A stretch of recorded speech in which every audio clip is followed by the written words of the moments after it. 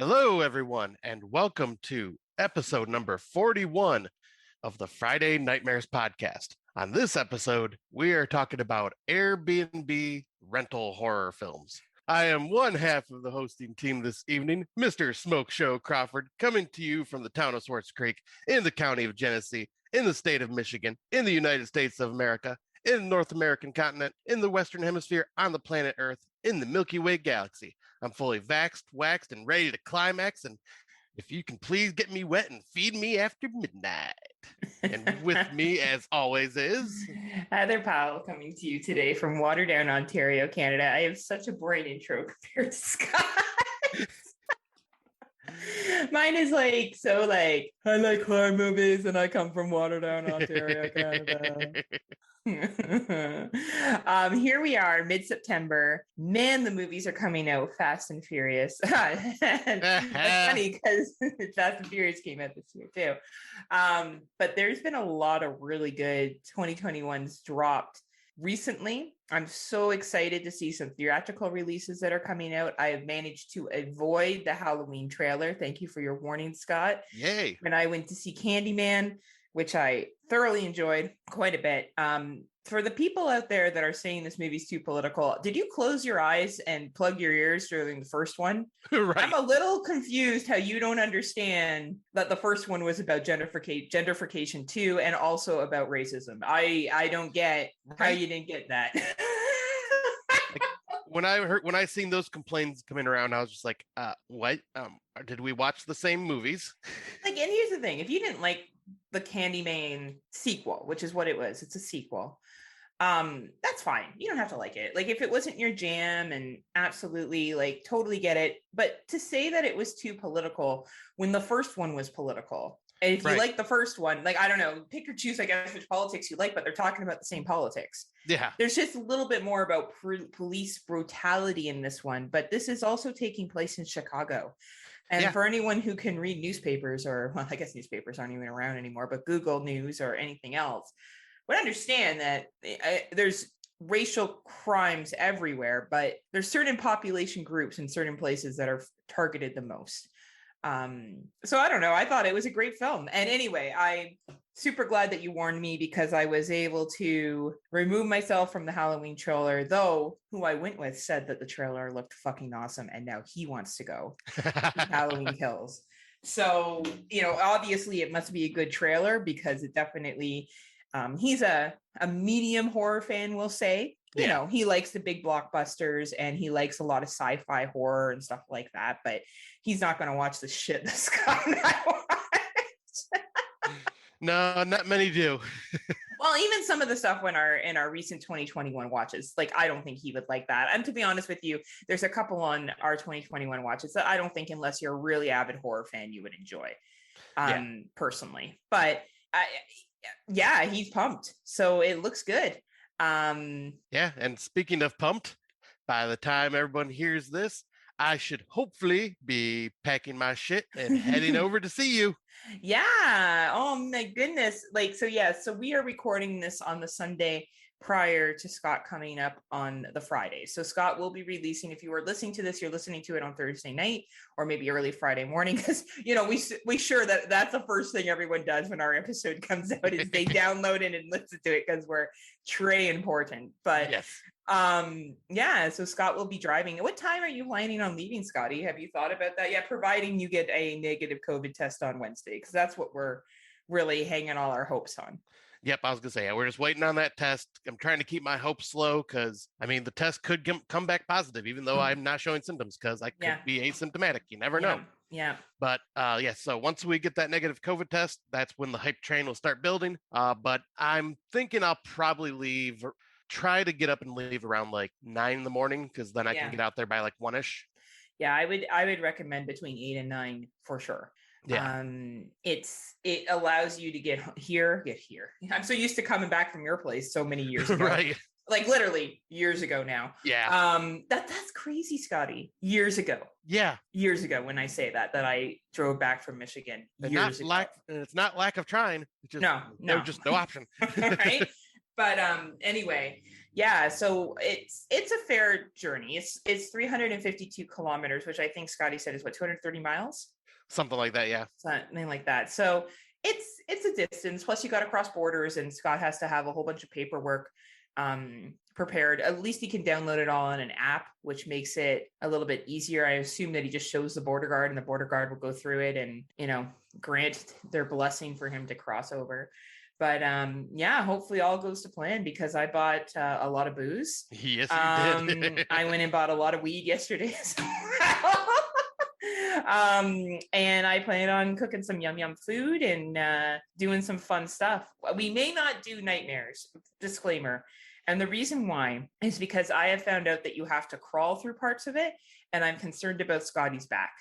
Scott has a bad back, and we don't want Scott pulling his back and then having to drive home. So we'll see. We might do another haunted house in Niagara Falls.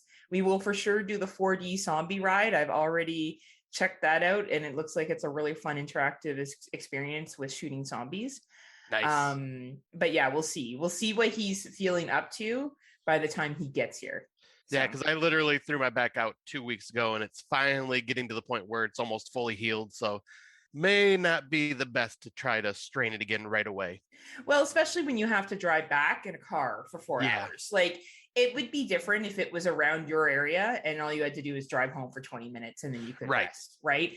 But when you're in another country and you have to commute home and you have to go home for work, it's not like you can just stay here and mooch off the Canadian healthcare system. Damn it, I wish I could. you have to go home. So and we're hoping that we've let Dave C know as well that from Exploding Heads that Scotty will hopefully be here, but a COVID test is quite expensive to get. I think Scotty's test that the Canadian government requires is about 130.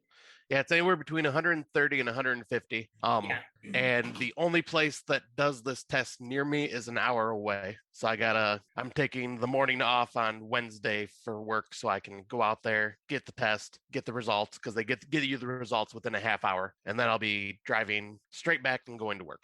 So it's a lot. We don't know if Dave will be able to do that simply because it's a lot of money for an evening.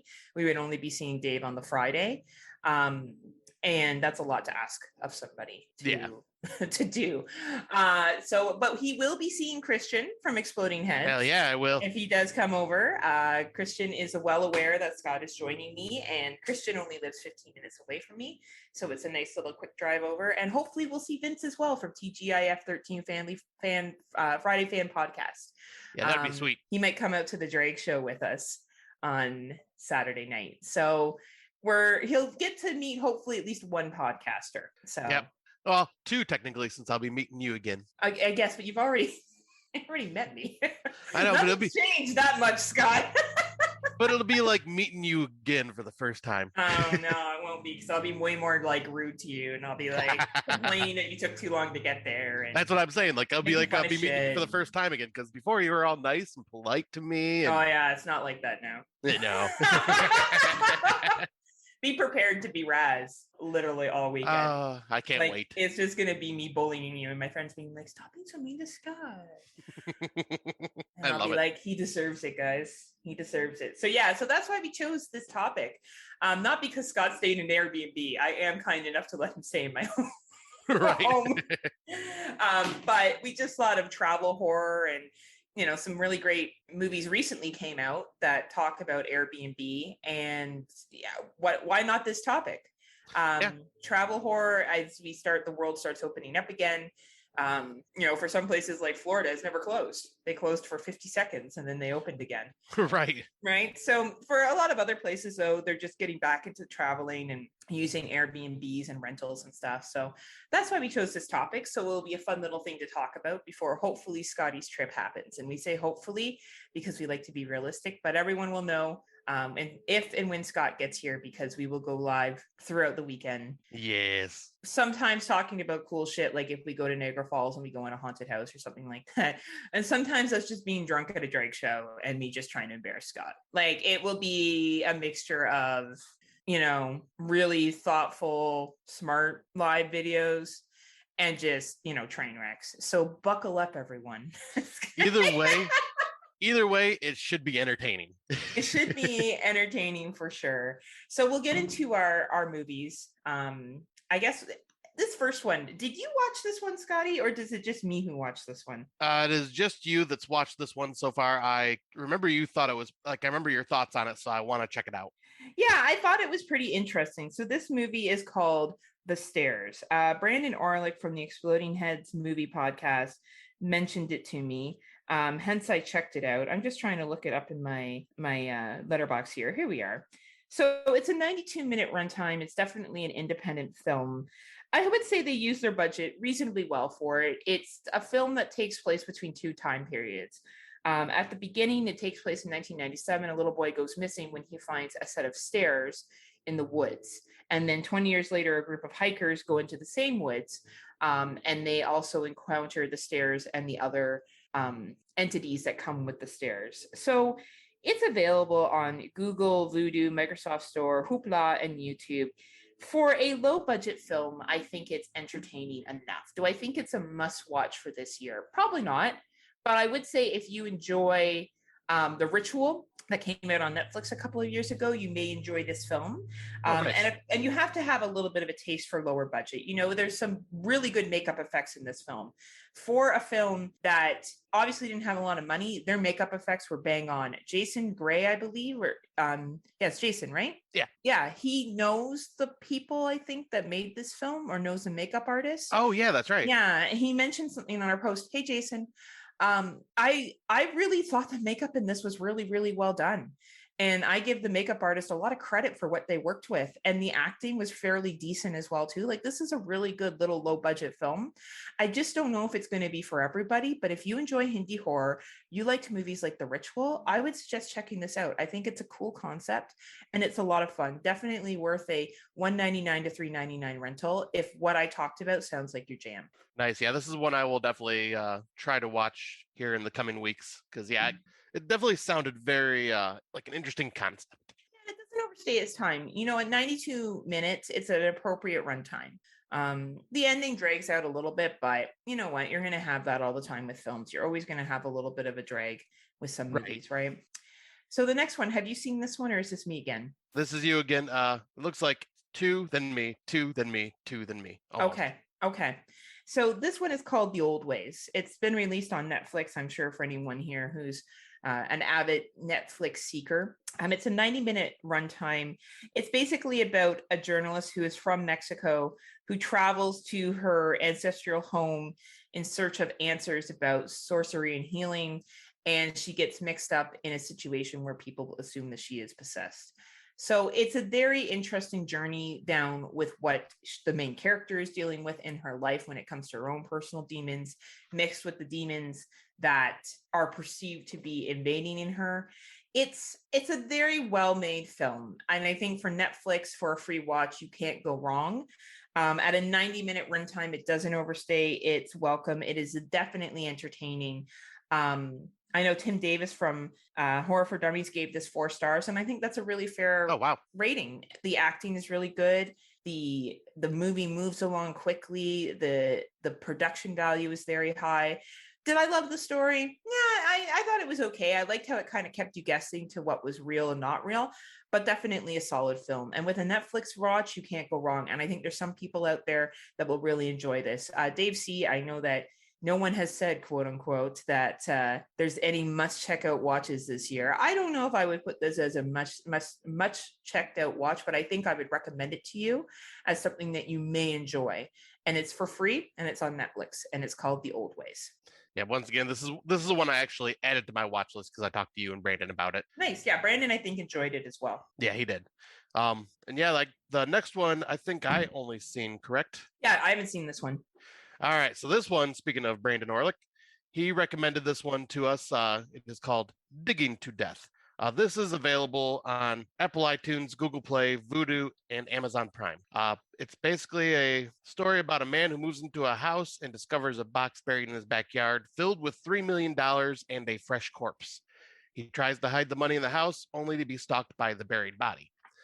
This is, once again, a very low-budget horror film, but I found this to be done like really well. Its main focus is on this guy that's getting a divorce. and just kind of like his way of, it's basically a film about him coping with everything, and just like this money kind of drives him to madness with the way this ghost keeps messing with him. And I thought the main performance from this actor, or the performance from this main actor, was really well done. You can see him being just like a normal guy kind of descending into madness as it goes on. And yeah, just for such a low budget film, I thought this was just a very well done, uh well done, and just really well thought out. The way it plays out, it's well paced, and like it, yeah, I recommend this one. I think it, I won't think it's good. I don't think it'll be anyone's top 10, but I still think this is still once again a year of indie horror, Yeah. and this is one to definitely check out. Man, indie horror, and we say indie, I think people think it's rinkety dinkety shit. It's not. Yeah. You know, when Scott and I say indie horror, it's not like people filming it on their iPhone. Like this is quality filmmaking. And if we're recommending it, it means that it's a film that's not going to have the blockbuster effects that like Candyman does, or Right. I'm trying to think, or Spiral, or something like that. It's not going to have the over the top big name actors or anything like that, but it's going to be a good solid film. Look at The Stylist that came out earlier this year. Very solid, good film. Not a lot of gore in it, actually, but it was the creepiness of who the killer was in that and how they were able to get away with it. That was creepy, because all of us go and get our hair cut at some point. Right, exactly. Right. And you're vulnerable because that person has scissors and other such things, other weapons that they could use. And I think that's when we talk about indie horror, you know, I think people sometimes label it in a certain way, and it's not that way. I think it's important that people open up their minds and realize that we've moved past the Blair Witch projects, which, don't get me wrong, Blair Witch when it came out was great. But if we look at the production value that indie horror has now, it's higher. Oh yeah. I mean, there's still some that are lower quality, but they absolutely. are still like, and we got one that we'll be talking about later that, yeah, like definitely does that.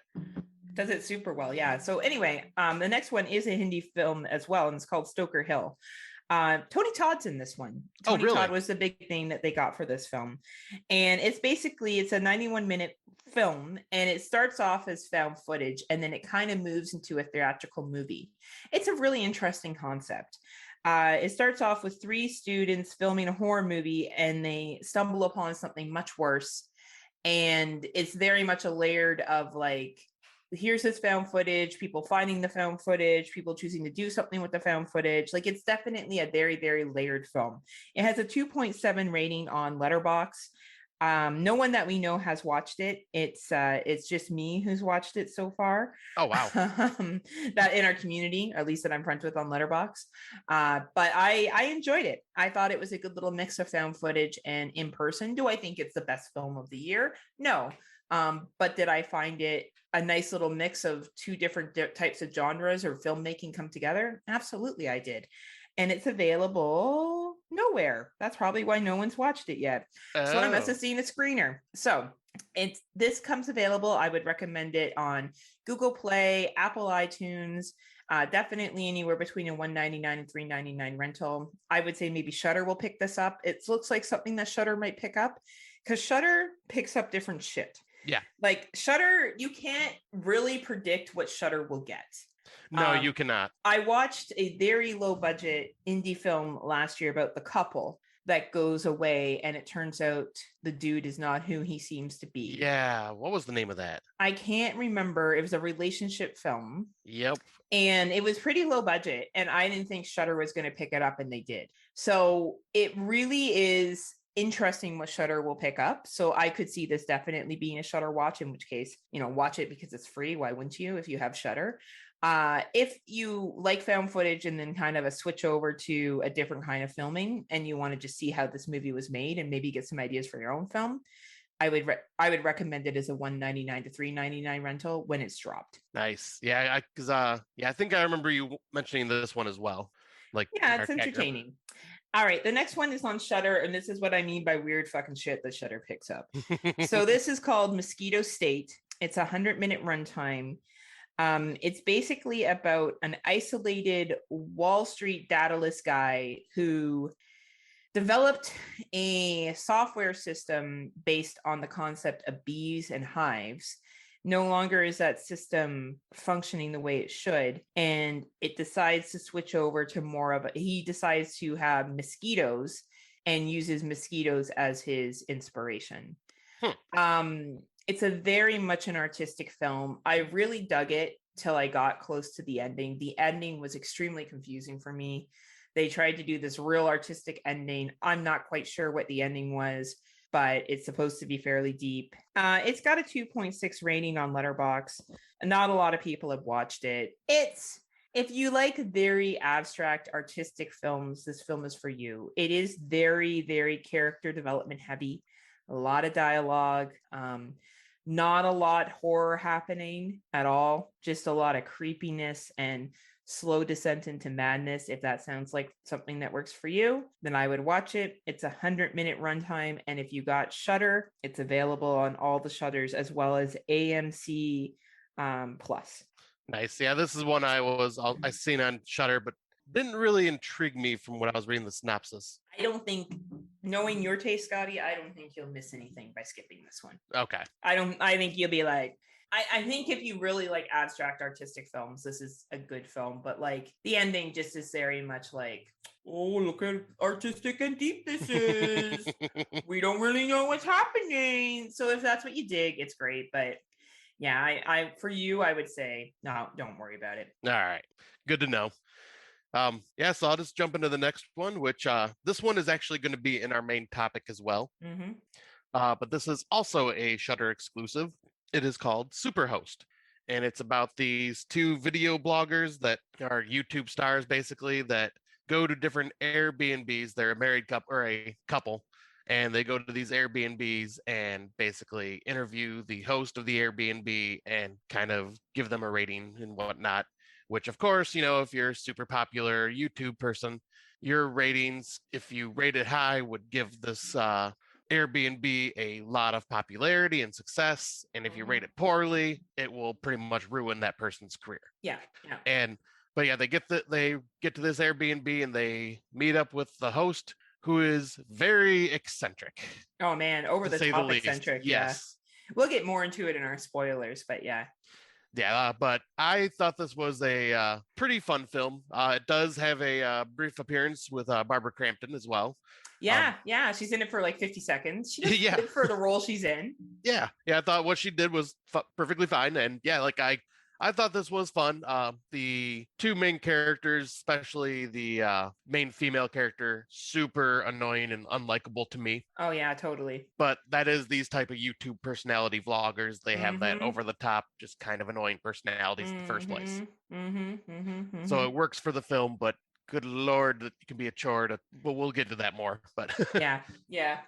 But yeah, I say this one is definitely, like, if you have Shudder, it's definitely worth checking out. I think it's a well done film. All the acting is done really well, and it's definitely makes you just go, "What the fuck's going on?" Yeah, I agree. I think the concept is just really well done. The way they explore Airbnb, and we'll talk about that more in our spoilers. But I think this is a great modern day horror film. I think it takes something that's really popular in society and puts a real good spin on it of what could happen. Yeah. You never know where you're really staying, and I think this movie really emphasizes that. So I agree. For a free watch on Shudder, you can't go wrong. Yeah, exactly. Now, do you want to introduce this bad boy, or should I bring it in?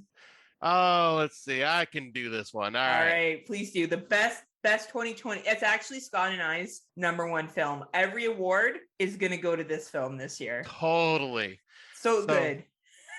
So we are talking about John Wick. Oh, I'm sorry. Don't Breathe 2.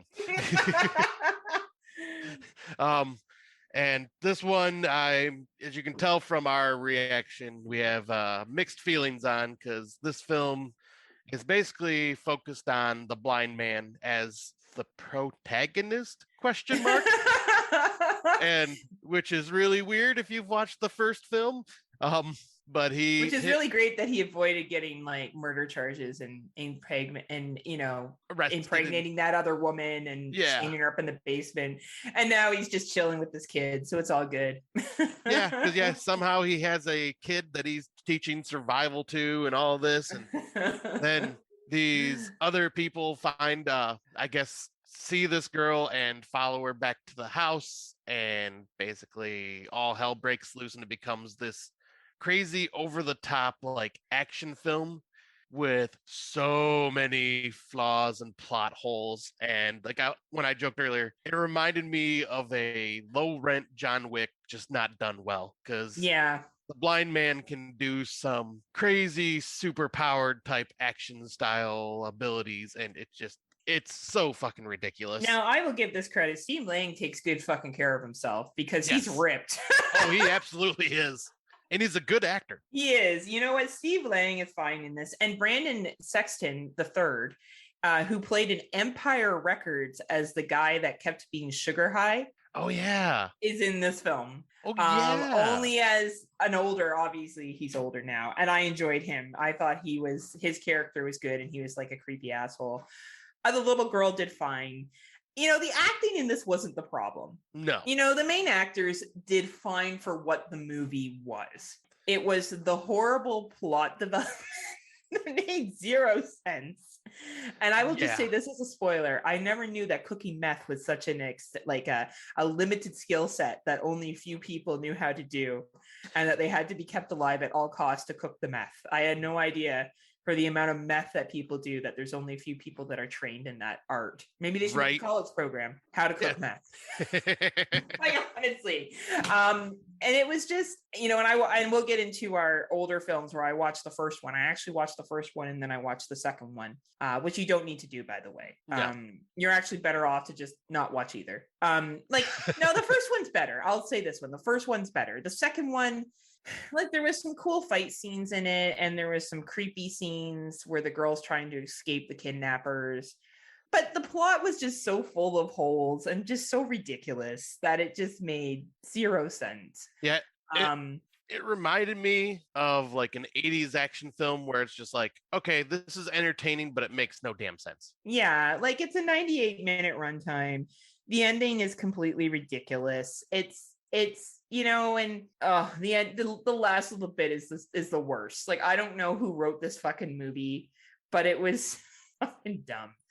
But yeah, anyway, as you can tell, Scott and I don't overly recommend it. Even if you saw the first one and you really like the first one, I don't think you're gonna like this one. It isn't nearly as good as the first one. And even the first one has some plot holes in it, but like nothing compared to the Swiss cheese that is this movie of plot holes. Like, it's just ridiculous. The whole entire time I'm just holding my head going, what the fuck?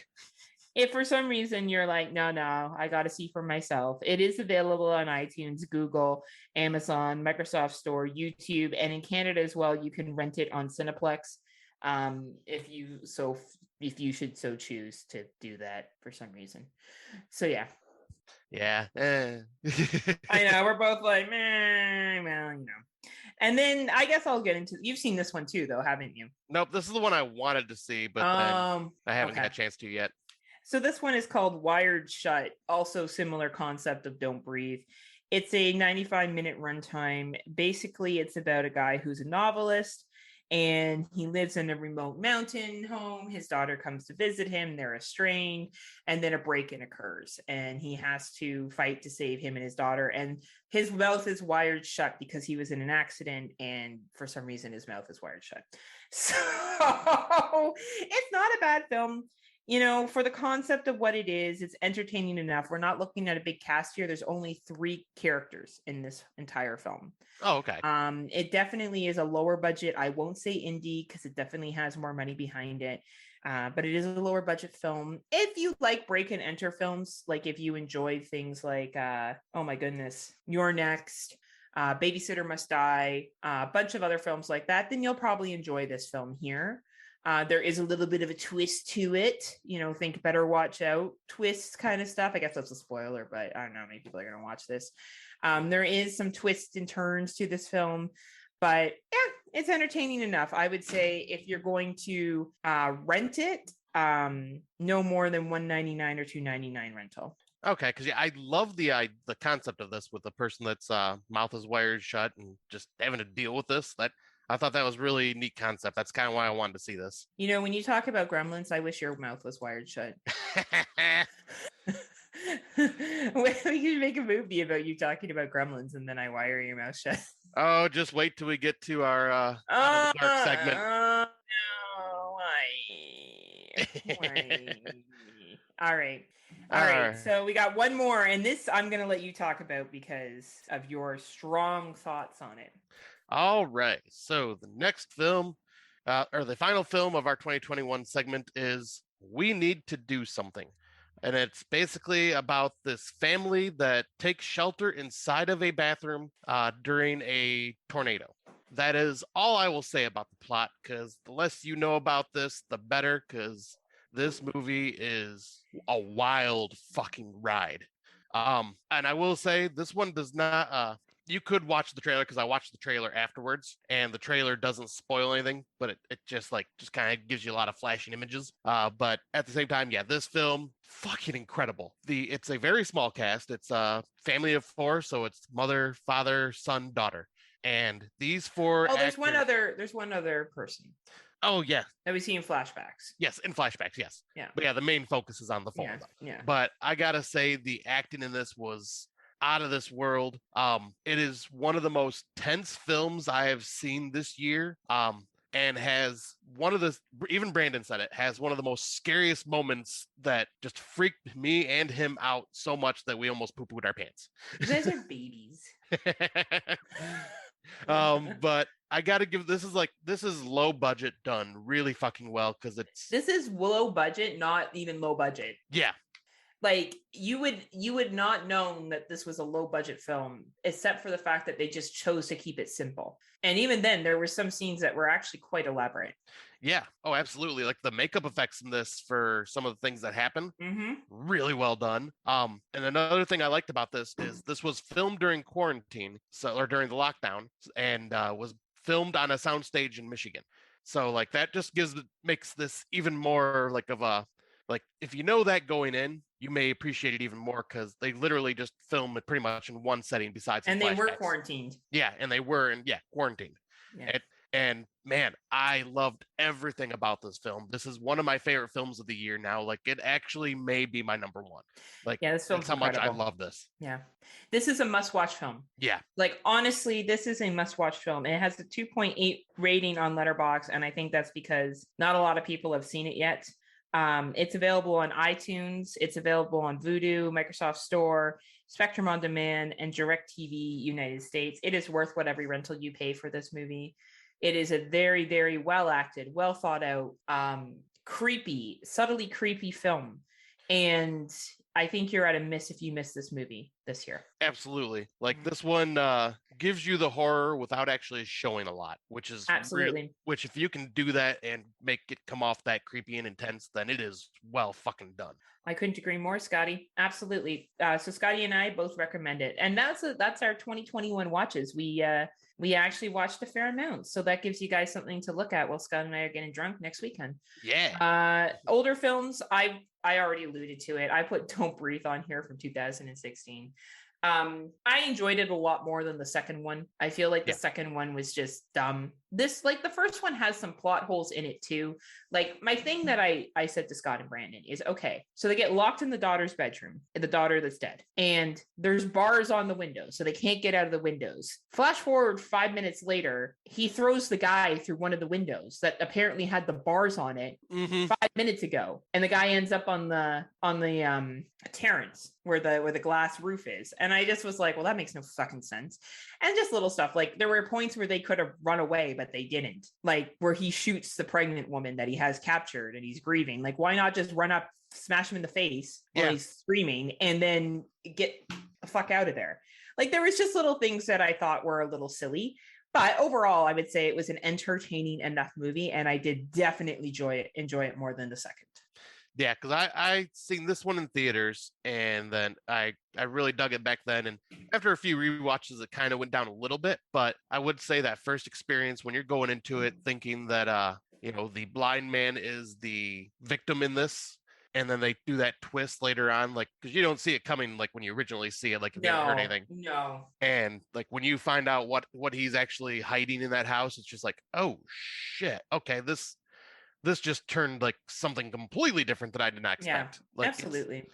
It's like a great home invasion gone wrong in that way. And Stephen Lang is great. And yet again, Stephen Lang, you know what? Send me some workout tips, dude, because you are fucking like a beast. Right? And I don't even know how old he is. Do we know how old he is? I can look real quick. Like, I feel like he's at least in his 70s. And he's Yes. like, let's see here. I got his bio. He was born in 1952. Yes, Born in 1952. Yeah, so he's 71. Like, good for him. Like, yeah, he looks good fucking for great. him. He's fucking ripped. Anyway, I think he is the saving grace of this movie. I think the main girl, Jane Levy, is pretty good too. I think she plays her role pretty well. She was also in Evil Dead, Twin Peaks as well. So she's had a fair amount of experience with acting too. So it's yeah, I think definitely for 2016, it was a good film. Watching Don't Breathe and Don't Breathe 2 back to back, you really do see the quality difference. Yeah. And it's a shame. I think they could have done more with Don't Breathe 2. I don't know why they made him the protagonist. Maybe because he was a quasi-protagonist because those people did break into his house, but then he did have this girl, but she also did kill his child. Like, you're kind of like you go back and forth on his character. Like, his character is, and the insemination is absolutely sexual assault. And you feel bad for his grieving. Like, it's a really, like, they really do a good job of, what they say, making it a titular character. Is that what that definition is? One where you're not quite sure what the character is. Like, they're kind of, I think so. Yeah, go back and forth. I feel like Darren Wilson would know that. Yeah, Darren, I would. Tell us if we're right or not, because you're smarter than Scott and I. But yeah, it was entertaining. It was an entertaining older film. Did you watch anything or? Nope, I didn't get a chance to watch anything older. No, well. No, besides for our show. And a boo-boo to you, right? So right. Let's break into what we've been listening to. All right. So mine is quick. I've been on this true crime kick. And because when you start listening to one true crime podcast, it usually pops up other ones. So there's one that was called True North True Crime. And of course, it's a Canadian-based crime podcast.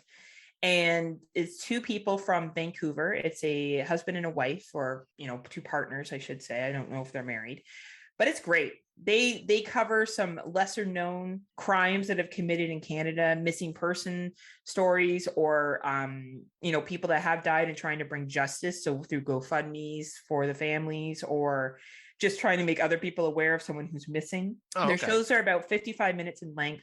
They only use court documents, interviews from the family, like fact-checked information. They don't go a lot on like conspiracy theories or anything like that. Only if it's included in court documents, they will. So like, for example, if they're like, well, we don't know what happened here, but the court suspect one of three things, A, B, C, or D, and they're going to be charged for one of these, right? It's very factual, under an hour long. These two are very easy to listen to. I love that they do a land acknowledgement at the beginning of their podcast.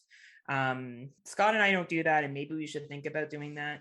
I think it's very respectful, and I think that I just think it's really respectful, and I really appreciate that they do that. And I love how they focus on Canadian lesser known crimes. I find it extremely fascinating. So you can find it on Spotify, Podcast Addict. Just type in True North True Crime if this sounds like something for you. Nice. The show that I'm going to talk about, just to give a disclaimer, I'm in the middle of The Shining, so I'm just going to hold off on talking about that until I actually finish it, just because I haven't had a whole lot of time to do audiobooks this week. So I decided for today, I will be talking about the Dead Meat podcast, which is a regular audio podcast, as well as they have their own YouTube channel.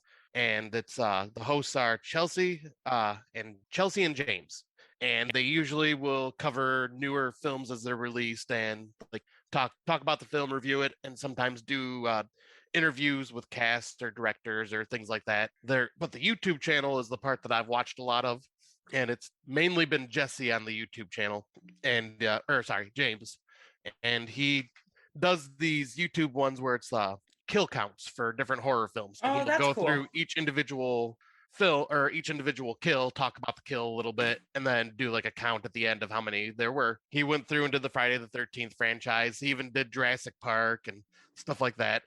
He's a very entertaining host, as well as Chelsea.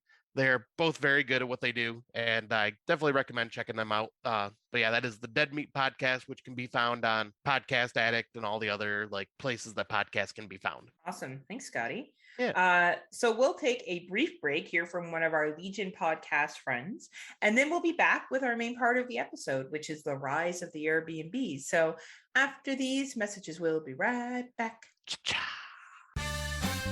Did you ever see a film at such a young age it left you traumatized with cinematic wounds?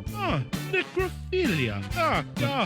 It's a dead issue, man. Don't push it. Cinema Psyops is a weekly podcast documenting an ongoing experiment on the mind of an unwilling test subject. No one should have to watch this movie. Oh, no one should have to watch this? No one should have to watch this movie. Surprisingly, it's not a topic that a lot of people really want to tackle. I'm shocked, prudes. I know, really. Right? It's the next sexual frontier that no one wants to explore. I am, in the most sincerest of senses, disappointed in you. It takes a powerful goddess like Connie, jam her arm down the monster's throat and kill it. Oh, I'm still tripping out over that. Even as a kid, I was like, I gotta find a girl like that. Every week, I get a new look of disappointment that I never thought I could get out of her. Unimaginable. At 12 years old, you should not be watching this movie. Obviously. At 13, you should not be. 14, you shouldn't be. I'm not entirely sure even 17-year-olds should be watching this.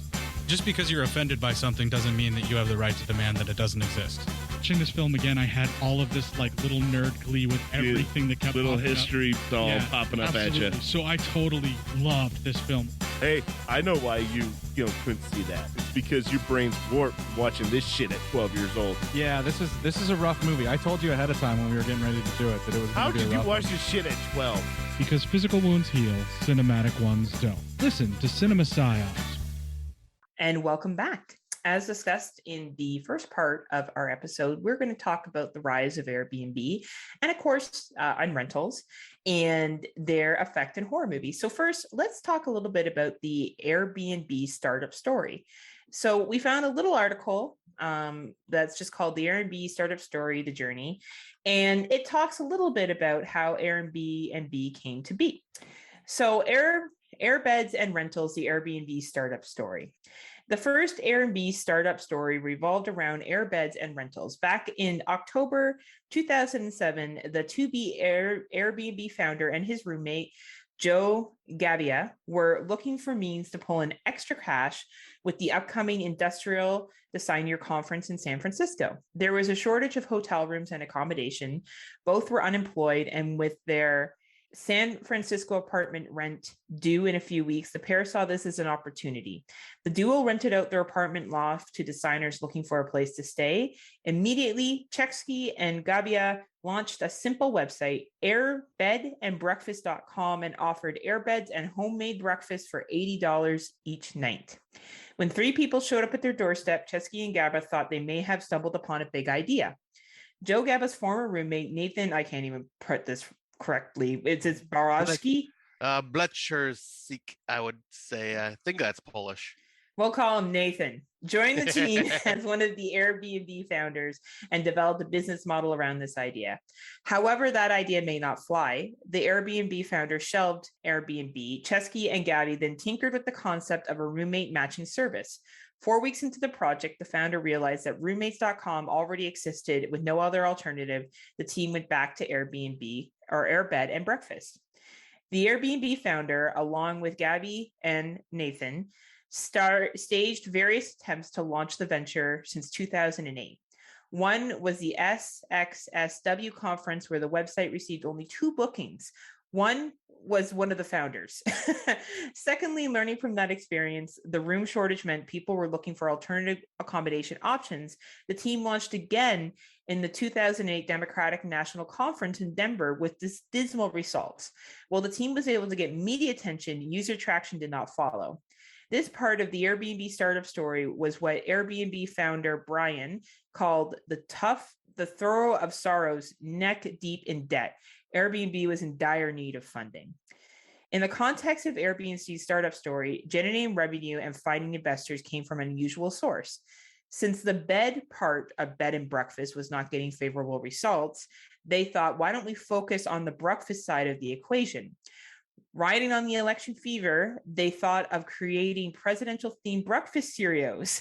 The Obama O's, the Breakfast of Change and Captain McCain's, a Maverick in every bite. Obviously, these guys are Democrats. The founders handcrafted numbered and sold each limited edition cereal box for $40 a piece. The cereal box idea will go down in the Airbnb startup story as a much needed break that kept the company afloat for a few more months. So apparently this paid off and people bought these cereals. I never knew these cereals existed. Did you, Scott? You're on mute. Nope, no, I did not.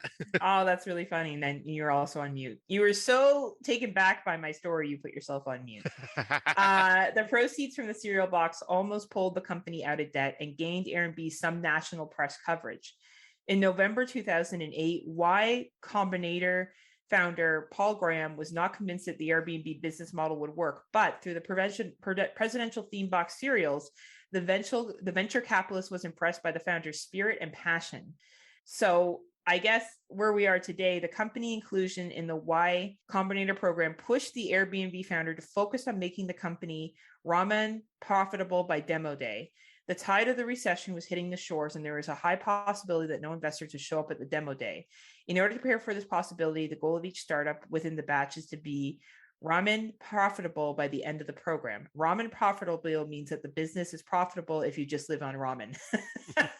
That's funny. Kind of like college life. Right? With a $20,000 seed funding, a clear goal, and a better work structure, the founders of Airbnb traveled to New York, where a majority of their community was located. In the Airbnb startup story, this is the part where things head in the right direction. For the next 3 months, Airbnb focused on a relationship with their customers. The founders supported their host by uploading photos and showcasing their properties. They also guided the host on how to create the best homestay experience. By the end of the Y Combinator program, the founders were able to create a group of loyal customers who not only love the company, but also help the company grow its customer base. Also, Airbnb was able to secure over $600,000 funding. And from this point on, Airbnb was unstoppable. At face value, letting a stranger into your home sounds like a preposterous idea, but the world of startups have proven time and time and again that what sounds like a crazy idea may actually be the next big thing. Airbnb startup story is proof, breaking the mold that Airbnb's strength through Airbnb's founding years and this quality has propelled the company's mission of creating a world where everyone can belong. So really what's happened is Airbnb has created this environment where you can rent out your home to make profits, having complete control over that, as well as you have people who are traveling who have the opportunity to stay somewhere that's cheaper than a hotel. I had this experience when I went to Michigan before I knew Scott back in 2018. And I rented an Airbnb myself, and I think I went with 4 other people. We stayed in this Airbnb, and it was great. It was cheaper than if we had got a hotel. We stayed for, I think it was just 1 night, and it was way, way, way cheaper. Way cheaper. Very nice. And like when you go to a hotel, to be honest, it's like the same shit that you get in Airbnb. Only in Airbnb, sometimes they'll leave you treats, or it's a bigger space, you have more privacy, and usually they'll have rules like no partying, no this, no that. And I'm definitely a component and supporter of Airbnb. I think it's where it's at. Now, mind you, Airbnbs could go wrong, and renting someone's property can go wrong. I've also rented people's cottages and other such things like that before, which is where 2 of our other stories are going to play into it. But yeah, what about you, Scott? Have you ever rented an Airbnb or done a rental of someone else's place? I have not actually. Like, I mean, obviously, I kind of sort of rental with the whole UP trip to the cabin, but like that was also, family. Yeah. But no, I've always wanted to do an Airbnb, and I've looked into them when I've planned traveling and stuff like that. And man, they are so cheap. Like, and a lot of the places are really nice. And I like my parents, when they go on their trips, they always do Airbnbs, and the places they get just look so freaking beautiful. Well, it makes sense, right? And it's cheaper. And I think that, or when you're renting someone's vacation home, like what we'll see in the first 2 movies that we talk about, is people actually staying in like family or other relations' homes, and things don't always go to plan. So your UP trip does tie into this because you are staying at a family's friend, like it's Ron's family's cottage, which is your cousin, right? Yep. So it's enough removed. But yeah, so why don't we get into our movies and talk about where people have vacation and rental homes or Airbnbs and things have gone horribly wrong. All right. So the first movie of our topic is going to be The Strangers, which was released on May 30th of 2008. James Hoyt and Kristen McKay go to a remote house to spend some quality time with each other, but in the wee hours of the morning, a knock at the door changes their lives. Dun dun dun. Yep. This was my second time watch for this film. Like I only watched it once way before, and I thought it was okay back then. I love it a lot more now, but that's because of the whole relationship aspect of it as well. But yeah, this has that total in the middle of nowhere, beautiful vacation home setting. Like this house is very just big and gorgeous, and like definitely like that nice type of getaway home. And it definitely feeds on the whole fear of a knock at the door at like 3, 4 o'clock in the morning. It's absolutely terrifying because if you're getting a knock on the door at that late, it's either an emergency or something bad.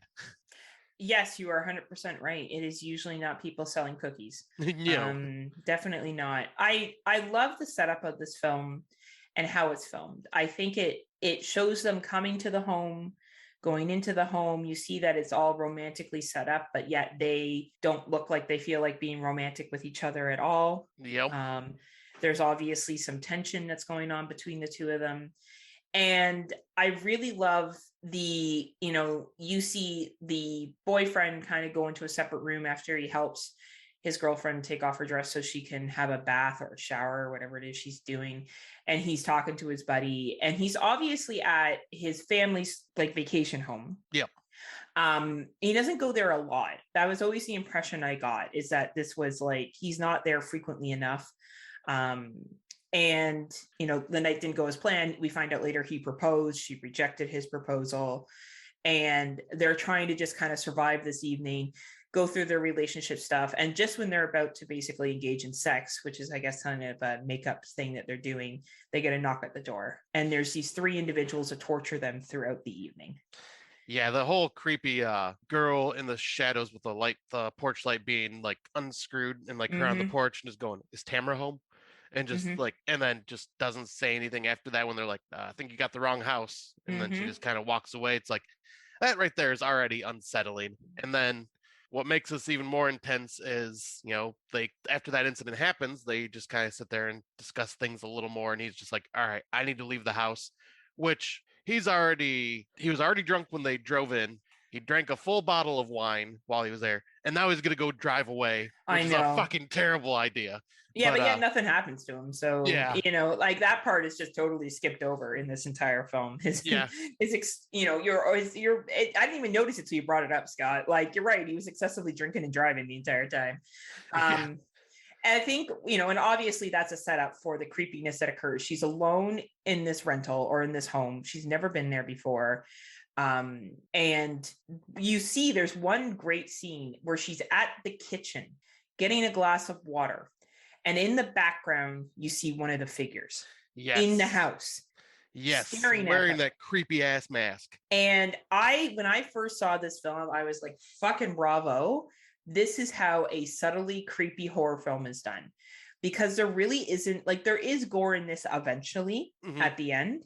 But you don't get a lot of gore. It's more of the suspense of these 3 individuals stalking them and doing and playing that creepy record. And yet again, an example of really creepy music in a movie. And you set the stage at a place where you are unfamiliar. You're staying there. Like, it's like if you come up to see me next weekend and I go out and you're left alone in my house and shit starts happening. Right. You're going to be like, what the fuck is going on? Because it's an area that is unfamiliar to you. You're isolated. Now add here, no one's been around. They haven't heard a dog bark. There's no one around. Obviously there's, they're very, very isolated and removed from everyone. Yeah, you don't even see any neighbor houses around or anything like that. Right? Nothing. The only thing that happens is the best friend shows up who they accidentally shoot. Yeah, which is tragic. Yeah, that was very tragic. And when I seen it this time, I was just like, "Hey, that's Dennis Reynolds from It's Always Sunny, that psychopath." Is that who that was? Yep. Oh, that's awesome. I really think this movie does isolation vacation horror well. They show up late at this rental. They have their issues within their relationship, with is kind of like, you could have not had that. They could have just been a happy couple that showed up. Honestly, Their relationship doesn't really pact anything except for the fact that they come together at the end. But when she's crawling through the fucking backyard to try to get away, like, you believe Liv Tyler's performance in this. Like, oh, absolutely. fucking Bravo. Like, I don't think she's a great actress by any stance, but I don't know what she did here. She pulled on some fucking acting chops that I didn't know she had. And she pulled off some really great scenes. Yeah. And I was gonna say, going back to what you were saying about, like, they could have left out that whole relationship part with what was going on. But bravo for them, because what that piece of that relationship did for the beginning of this film is already put you in a tense, awkward situation. Good point. And then it gets even more tense as shit happens, which I think it just kind of just adds to the film, like the building of that suspension and tension. And like, but yeah, like her screaming and crawling through, well, like, yeah, she wasn't really screaming then because she was trying to hide and crawling through that. But like, yeah, just her trying to like get a cell signal and all this, like, because once again, you're in the middle of nowhere. More than likely, you're not going to have cell service, because like I didn't have cell service up in the UP in the middle of nowhere. Yeah. And it all depends on well, your and this is provider, also back in 2008. Yeah. Like, we're Which is looking even 13 years ago where cell service really blew. Yeah. Now you can get cell service almost anywhere, right? Like, it's you got to be in, like, I go hiking a lot now. Scott and I were talking about this off air. I do a lot of hikes. I've really gone into hiking in provincial parks, and there's one park I go to here that's pretty high up, and I can still have clear cell service, so like, I think but back in 13 years ago, cell service was a little bit harder to come by. So I think this does capture the time very, very well. Oh, it definitely does.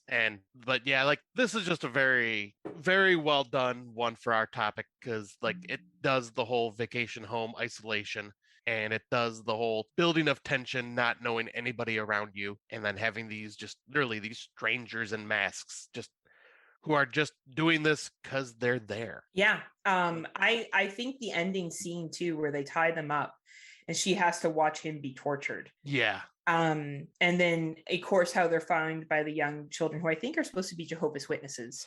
Yep, they were either Jehovah's Witness or Mormons. I wasn't sure. Mormons, right? That are doing the door to door, and she wakes up screaming. Like, talk about fucking terrifying. Yeah. I thought this movie, when it came out, was brilliant. I think it's brilliant still today. I think it masters the whole rental idea very well. Before rentals, like Airbnb, as we saw, was just starting in 2008. It would have been really interesting if they used an Airbnb. Right. But they used a home that was kind of related to the family, kind of, that they were staying at. And I thought that was really clever. Really, really clever. I think this is a really well done, well made horror film. One of my favorite horror films of all time. If I was to make a, top 50 list, it would definitely be on there. Yeah, I think it would be on my list as well. Because yeah, this is the second time really sold it for me. That's awesome. The first time I wasn't really giving it the attention it deserved. Well, it was 13 years ago too. And your perspective, you would have been what, 26?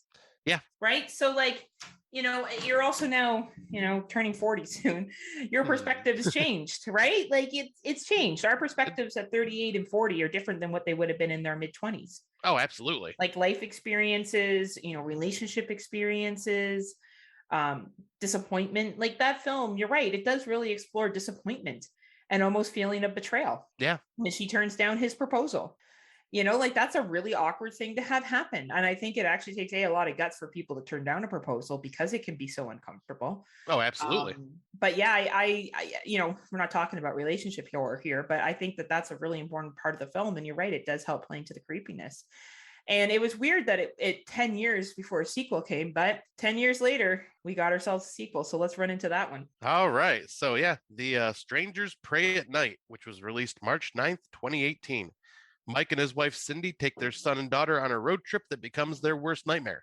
The family members soon find themselves in a desperate fight for survival when they arrive at a secluded mobile home park that mysteriously deserted, until three masked psychopaths show up to satisfy their thirst for blood. This one, it definitely goes the more like 80s slasher style, I will say right off the bat, instead of like the pension home invasion. But since we're talking about the vacation home things, what this place reminded me of is those like really nice trailer parks that are like nearby a lake that you go to for holidays, shit like that. And that's kind of why we wanted to bring this up as one of our movies. Though this one I feel doesn't, it uses the isolation of the community, even though like it is kind of weird that no one else is around. I guess, well, they do say it's off season. Oh, right? That's right. They do. Okay. And they pull in, they're like, where is everybody? And they're like, well, it's off season. Everyone pieces out after Labor Day. And like, honestly, I went to a lake, my park I go to. I showed you a picture. I went swimming in that lake. I was literally the only one there. Oh, wow. Only one. Like, it was a perfect slasher scene for Jason to pop out of the woods and get me. Like, it was fucking preem for the picking. So I do believe that after Labor Day it would be cleared out. And we all know the family who owns the trailer park, who they're going to go stay there, has been killed. But they get there so late that they assume that they're in bed. You know, like that's a very fair assumption to make. Yep. So that makes more sense why it just seemed so like empty there. That I forgot about. I'd missed that part when I was it's a throwaway line. They say that everyone clears out after Labor Day. Yep. So that makes sense then. And yeah, that definitely fits my whole theory of it being like the vacation mobile homes for around like a lake. Yeah.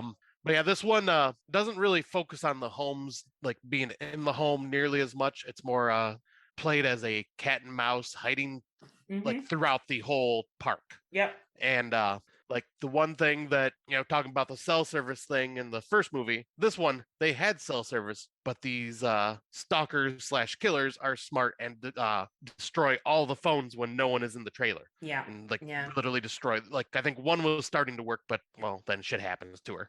Yeah. But this one definitely, I wouldn't say is nearly as tense and like good at building the suspension. This one is more just like really like starts off fast paced and the killers are right there. There's no like them like sitting in the background, like popping up and you going, oh shit. They're just kind of there in your face, ready to kill you in this one. Absolutely. And I think the filming of both of these are different, but unique. Yeah. The scene I'm thinking of is when he goes to the pool and he's fighting that dude. Oh, yeah. And it's going in and out of the water and you hear the music and then you don't hear the music and then you hear the music and you don't hear the music. And I thought that was really fucking clever. The filming of this film is excellent. Like the two films, I don't know if it was the same director or not. We didn't look that up because Scott and I aren't that good at podcasting. Yeah, I was like, I know Brian Pertino did the first one. I'm looking up the second one right now. Because I really enjoyed how these two films were created. And I'll continue to chat while you do that. I also really liked the relationship between the family. I did enjoy how the mother sacrifices herself so her daughter can survive. I believed that scene. I believed the interactions between the father and the son. Like I believed all the interactions. And then I believed that the son and the daughter, like the brother and the sister, were going to try to fucking survive this night. And how they like kind of came together and really had each other's back and did what they had to do to make it out of this situation. And I think that chick was an excellent final girl. Like, she absolutely was. She did everything smart. Like she was smart about everything for the most part. Right. And like, even then, you know, she's young, right? So, but the part where she crawls into that metal tunnel and then the character, one of the killers is in the tunnel with her and then just peeks its head out. That scene. Oh my God. The first time I saw that scene, it terrified me. I remember when they made The Strangers Pray at Night, and I thought this is going to be really hard to follow up to the first film. It's going to be extremely challenging because the first film was so unique, so different at the time. And I did appreciate the change they made with this. I enjoyed the fact that they were at a trailer park off season and they included so many factors in it. They included how big the park is and how confusing it is. And all trailers look the same after a while and how lost and disoriented you can get. I like how they did the pool scene. I think that pool scene is one of my favorite scenes. Yeah, right from when he kills the chick, she's sneaking up behind him and like the camera's filming from far away and she runs behind him and he turns around just in time and knocks her out and then stabs her. Yeah, like that whole scene is filmed just beautifully. And he says to the guy who's coming, he's dragging the fucking like, what is it, sledgehammer? He's like, I killed one of yours. How does that feel? Like, honestly, like that scene alone, I'm like, if we gave out awards for horror scenes, like if we were doing this in 2018, that would have got an award for me. I think that fucking scene is just out of this world well done. And it just captures the isolation and he's trying to basically fight off these two people on his own. Yeah. And he's a young kid too, which like, he's fighting a grown ass man and a grown ass woman. And I think you really do get behind these two characters. I will say more than you get behind the characters in the first one. Like in the first one, you feel bad for them, but you're also like, man, she said no to him. Like there's a little bit more of emotions here. Here you see these two kids just lost their fucking parents. Yeah. Who just basically sacrificed themselves for their kids. And they literally both watched their parents die. Like, right. The sister watched the mother die. The son watched the father die. Right. And now they're brother and sister. And like, you even see at the end when she's sleeping beside him in the hospital room, how close they are. Yeah. And when like that car comes through and he's treating her wounds, and they're having that story about like when he was a kid and he hurt himself and he came home and pretended like nothing was wrong. And then they fucking drive that car into the trailer and you see their faces on the couch. Like the filming of this movie is fucking like, yeah, praise to it. Even if people don't like this as much as the original because they don't like the plot or whatever, that's fine. But the filming of this movie is incredible. Oh, it absolutely is. I did find the director, and it is a different director. It is Johannes Roberts, but it was written by Brian Pertino, who did direct and write the first film. Okay, so there was, a kind of continuation then. That's cool. Yeah, and but speaking of the well done shots, I know this really doesn't talk about like come in on the vacation home part, but I just have to bring this shot up just because it's so beautiful. It is an homage as well. The part where the final killer that's left, the grown ass adult guy, is driving the truck while it's on fire over the bridge, chasing the girl down. Yes. It's an homage to Christine, and it just the way it is shot, it's just so beautifully done. There was a lot of homages in this where she jumps into the pickup truck and tells him to drive. Yeah, that was Texas. Yep, Texas Chainsaw. Right? So like it was a really well done. It does a great job as a conclusion piece. The pool piece probably to me stands out the most. Vacation, you got the cheesy palm trees and shit like that. And I think the isolation of getting disoriented in a trailer park is really, really well done here at night. You have no idea where you're going. This all takes place in the wee hours of the night to the morning of these guys trying to survive this. I think the relationships and the acting is very good. Yet again, a very small cast in this film. And they pull it out very, very well. Yeah, and I have to say, when it comes to the relationship part with the brother and sister, because it starts off with them, being mad at each other, like typical siblings, right? Yeah, like the sister feels like the brother is against her and all this, like because she's getting pretty much put in a boarding school. Yeah. But I like how the building of that relationship where they just get kind of closer as the film progresses. Yeah, and you could see as they're telling stories and stuff, they always were close, that they did have a relationship. But yeah, the acting was really, really well done. I thought they were all really, really good. Good film. It's not the sequel I thought it was going to be, but I enjoyed it for what it is.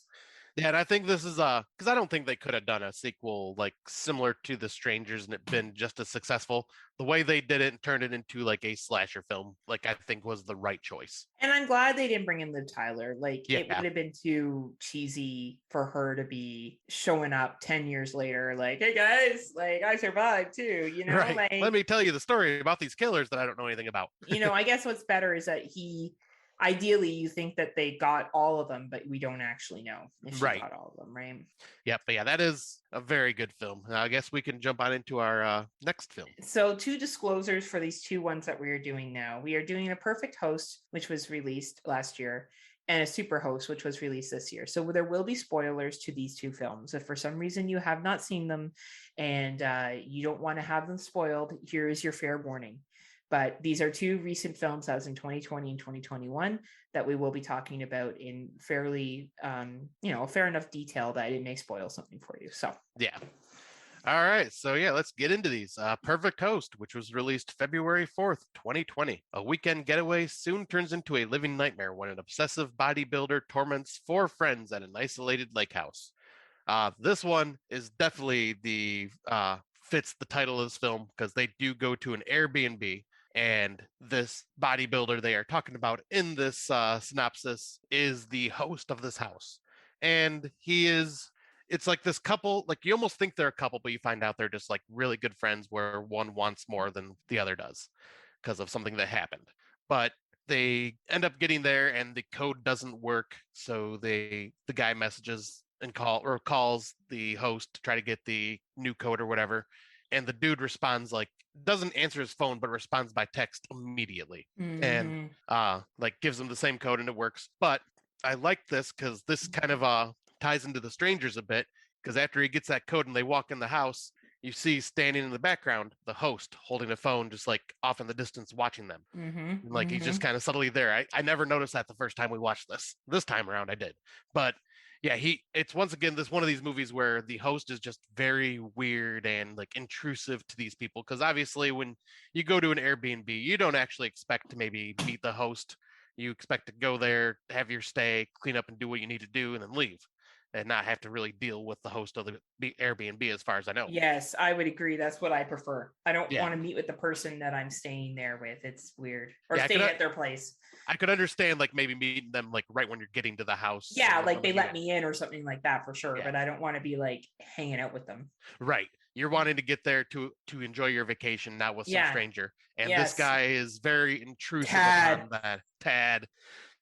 He is like literally the health nut guru, like talks about all these like coffee is poison and Oh my poison god, for your body. I love the scene where, so Scott's painting it perfectly. These two friends show up and they're hanging out in this Airbnb, and I do really love how like there's nothing in the Airbnb to watch except for some weird fucking like Body of the Gods 2. Body of the Gods fucking film. And you know the rooms are very much set up like a Airbnb, like with the blankets and everything like that. And the next day they get up and he feels sorry for Tad, who's hanging around, so he's working out with him. And the main chick offers Tad coffee, and he's like, "Did you just offer me poison?" Like I fucking died. Like I just think it's really, really funny because Tad is just so over the top. Oh, like, he is. And I think he's acting that like that purposely, because everyone else acts fairly normal in the film. Like they act like the brunette is probably the best actress, to be honest with you. Yeah, I think so. She's been in a lot of other stuff. Like she definitely has acting chops. But you feel like you're just watching a group of friends hang out. And then you got this guy who's just fucking over the top with like the fitness stuff, over the top with like sharing his opinions, over the top, like hyper. It's just everything's extreme. Yeah, and like he's what was it? I forget the main guy's name, but when he's coming downstairs after their first night, Tad's in the house like making a smoothie, protein shake. Yeah, or something like that. Yeah, it's like in their house, like completely intrusive. He really shows up multiple times, like just to like make them dinner because he feels bad because he's seen them on the lake and chase them down with a canoe and accidentally flip them in their canoe. And I think he purposely fixed them. Yeah. Well, I mean, at that scene though, accidentally. Yeah. But yeah, he is just so over the top, and like you said, that's exactly what he's trying to do.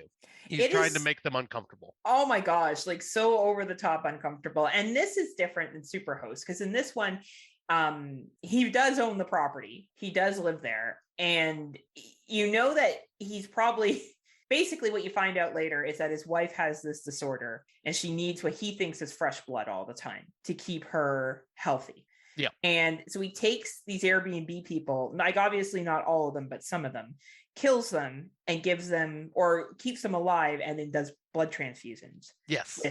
With his wife. And, you know, of course you have to have some forgiveness here, because obviously he doesn't get everybody, because people have to go and like give positive reviews. So other people keep going to the site or to the Airbnb location, right? But it does give a capture that you don't really know where you're staying and who the host is, you know. And really, I think 95% of people in this world are good. Yeah. And you have nothing to worry about. But it does plant, as we talked about in our earlier episodes, that seed of doubt of what if, right?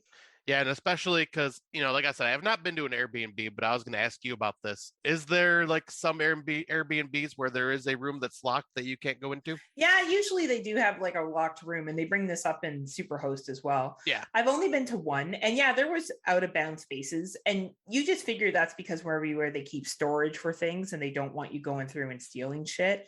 So I totally get that. Yeah. But this plays into that creepiness factor of it, though, because you never know what could be behind that door. Right. And this is obviously, yet again, a low budget film. They definitely didn't have a lot of money going into this, but I think they used the concept of Airbnb and travel really well, and not knowing who you're staying with. And this guy just being an over the top obsessed bodybuilder, Uncorked picked up the rights to this film for distribution.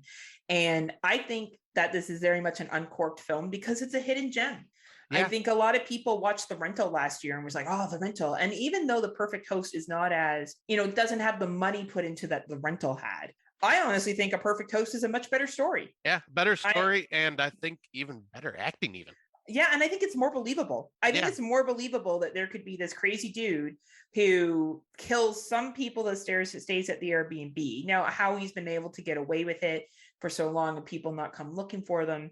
Yeah, you could say the same thing about the rental, where this guy breaks into a whole bunch of fucking rental places and kills people, right? So, like, Right. you know, either way, you can kind of argue logic on that. But I think this one, with the host being there and being so intrusive and his purpose behind it, and like making fun of the health industry and the fitness industry, like it's making fun of like so many things. And like the whole, we're just friends, but the guy wants to be more than friends, but the girl's completely oblivious to it or pretends like she doesn't know what's going on. Like, it's overall such a great film. It's a really enjoyable 2020 film that came out last year. Yeah. And I think I gave it a shout out last year for something. I feel like it won an award for me. Yeah, I remember it did. I just can't remember what category. Which award it was. But I really think it's a great film, and seeing it yet again, you do have to enjoy low budget, but I think it captures the Airbnb and rental feeling really well. And the concept of a creepy host. Yeah, I completely 100% agree. This has that Airbnb feel, like, and what they would do, like, all right, yep, no TV, so we're just gonna drink and have a chat and then go to bed, wake up, enjoy the weather outside by the lake. Like, Yeah. it just truly feels like they are on vacation in someone else's house. Absolutely, right? Like, and it does feel that isolation because you're on one of those lake houses. Or even when he makes them dinner and it's super awkward because like, and that happens in this film and in Superhost. Yeah. And it's funny because it goes back to the original concept at Airbnb, which is where they did make you food. Which is interesting that was the original launch of the concept. Right. Of the business, right. So, but let's move to our next one because it's very similar to this one. Oh, it's very similar. All right. Now, yet again, this is a 2021 film, everybody. It was just dropped recently, so there will be spoilers. Yep. Spoiler.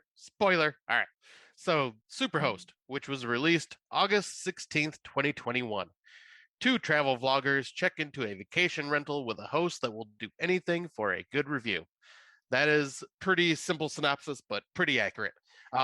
Before I dive too far into this, I just want to say I feel this movie watched a perfect host and said, let's steal a lot of these ideas. Oh, 100%. The whole, the vloggers get to the house, the code doesn't work. They text the girl and she texts back the exact same code they already had. They get right into the house.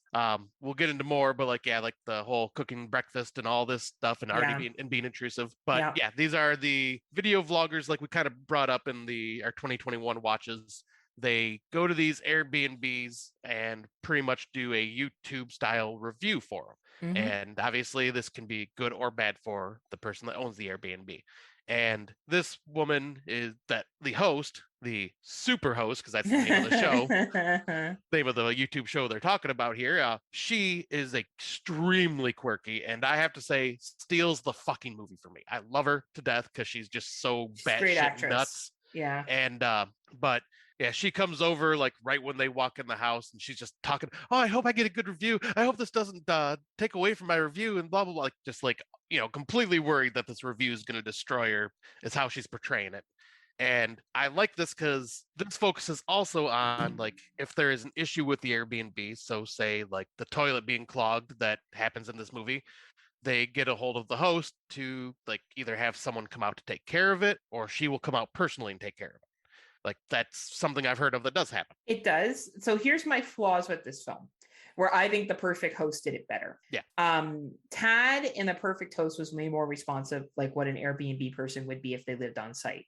The fact that she comes over and sees the toilet is clogged and is like, I'll come back in the morning to fix it.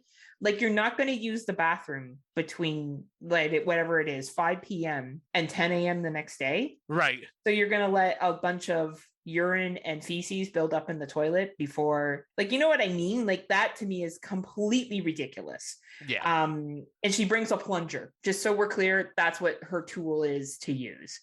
I think that's poor writing personally.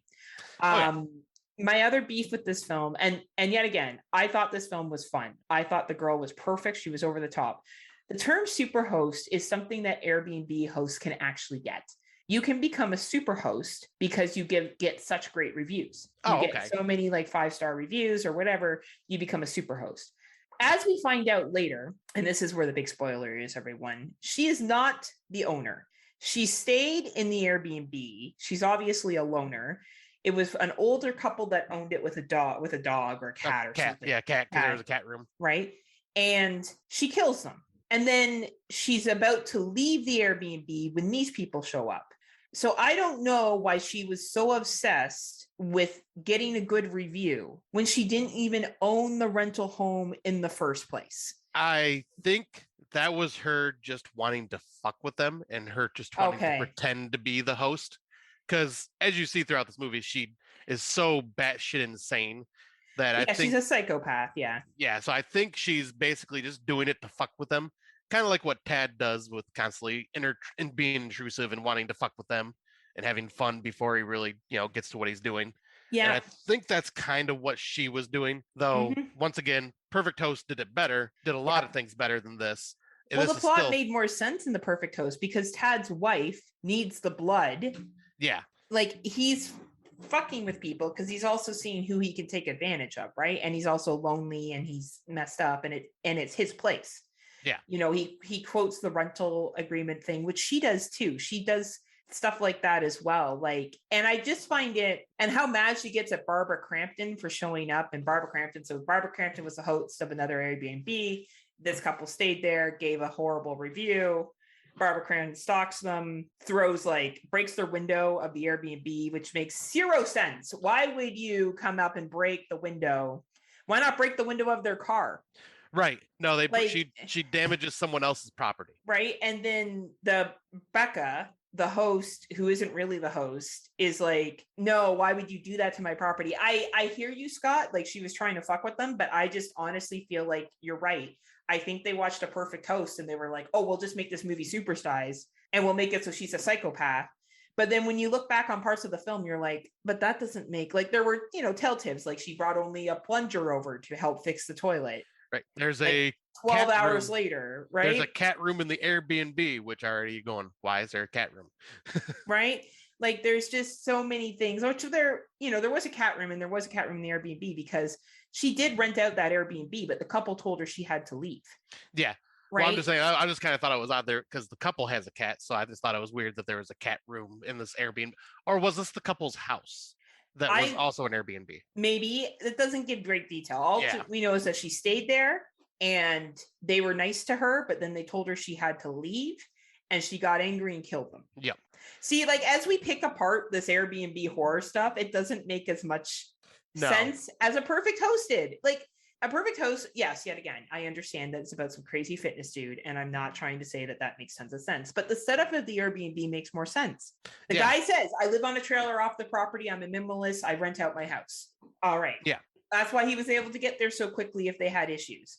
With her, she's like, I inherited this house. I believe that story that she gives, says that she stays off on the property. But then so many other things happen throughout it where I'm like, she doesn't, she's so obsessed with being a superhost. And I don't know. I think if you take out the logic of the whole rental stuff and the Airbnb shit, and you just look at this as a fun psycho person taunting these two people, it's great. Because the couple isn't likable. The guy is more likable than the girl, but the girl is not likable at all. Right. Yeah, and like I said, it's Becca that steals the entire show for me because of how well she portrays this character. Absolutely. It may not make sense, but she is fun to watch. Her acting is amazing. She makes this film. If they had hired a shittier actress, this film would have been a big piece of garbage. Yeah, because she makes scenes feel very uncomfortable with just when they do the interviewing of the host and they're doing recording it, and she just sits there in silence with this really crazy smile on her face for a second. It's just oh, that's creepy.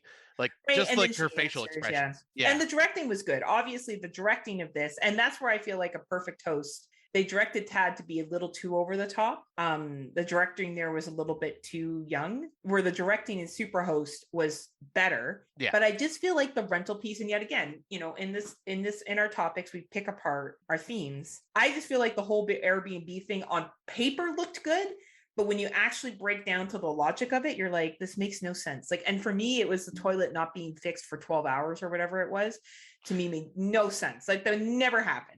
Never in a billion years would you be like, yeah, no problem. We'll just use this broken toilet that won't flush for 12 hours. And then you show up with a fucking plunger. Come on, movie. Right. And I do enjoy Barbara Crampton's cameo in it. But yet again, I didn't understand the point of that either. Why would she drive there, destroy the Airbnb property, and then they become united? Yeah, her and Becca unite together because like she tells Becca everything about like how they ruined her career with the Airbnb and people stop showing up.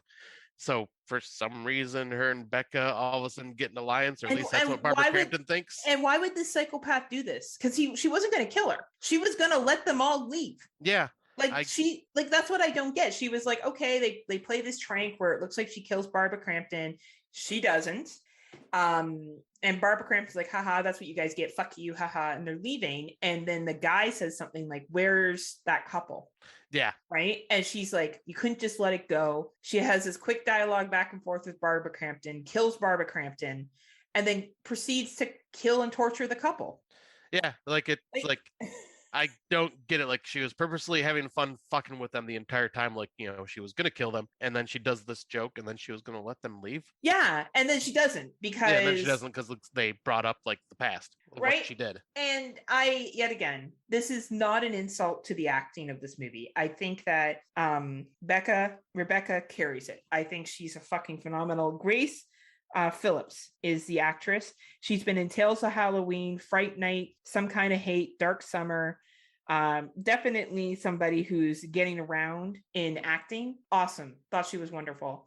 But if I'm real honest with this film, it doesn't make a fuckload of sense. Right. No, it does not. I liked it. I had a good time with it. Don't get me wrong. It was fun. But if we pick it apart in terms of the Airbnb concept of it, there's so many red flags that why would they have stuck around? Right. I would have left after a day or two. Been like, yep, this is too much. Let's get out of here. You know what I mean? But I think it's that I'm thinking maybe they stayed because it's that egotistical vlogger thing where they oh, this place is all sorts of fucked up. We're going to get a lot of views for this. You must be right, because honestly, it makes no other sense for me otherwise. And of course, we see how superficial the chick is because her boyfriend proposes and she thinks it's part of the ploy. Yeah. And get numbers. But I will give it credit for the gore. If I look at this, as I said, just as a basic slasher gore fest, excellent scenes. The ending, third act, mwah, beautiful in suspense, beautiful and not sure if they're going to get away, what's going to happen to them. Really, really well done. My criticisms are with the writing of the Airbnb concept because it just doesn't make a lot of sense. And when you name your movie Superhost and it's based off the Airbnb concept, you should have a little bit more consistencies. That's all I'm criticizing. Yep. And since you've experienced Airbnbs, I definitely was kind of curious on this for your thoughts. But good movie. Both of us enjoyed it. It's a fun film. Yeah, I'll say it's fun, but not fantastic. And yeah, there is a lot of plot holes. But yeah, that is how this film plays out. Just kind of it's mainly the script that's the issue, right? So I'm sure we will see more of these movies to come. Airbnb horror is not going anywhere. The concept of rentals are not going anywhere. And I think as we start to travel again, we'll see them more and more. So that was a fun little topic. So hopefully it's got y'all ready for when I leave you alone in my house and you get stalked and my crazy neighbor, who also happens to own my home because I'm not really the owner, kills me and comes in tries to kill you like a Superhost. Well, as long as she leaves Micmac alone. And then Tad will show up and tell you to work out more. Yeah, I'll say I need that. I need that motivation from Tad. Tad. Anyway, I guess we should move to our Out of the Dark, and we have some questions. Yes. So we decided to do something fun. Scott decided. This was Scott's brilliant idea, not mine. Okay. Well, okay, fine. I'll take the credit for it then. Well, it was your idea. It was not mine. So take the credit where credit is due.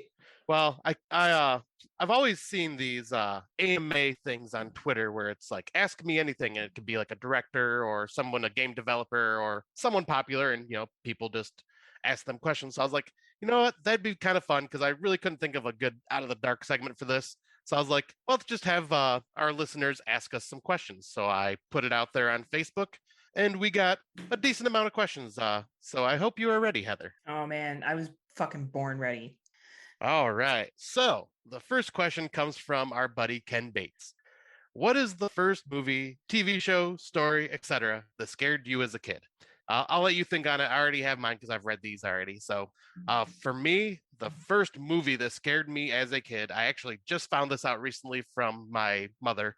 It was Return of the Living Dead. when the tar man comes out of the barrel and is more brains. I was 6 years old when I seen that. Scared the living shit out of us, me and my brother, and we literally thought that something was going to come and eat our brains. That's really funny. For me, it was Who Framed Roger Rabbit. And it was the scene where where he's having the confrontation. I can't remember the name of the villain in that. Yeah, something Doom. I forget. Doom, Dr. Doom or something like that. Something along those lines. Something Doom. And I think it's played by Christopher Lloyd, isn't he?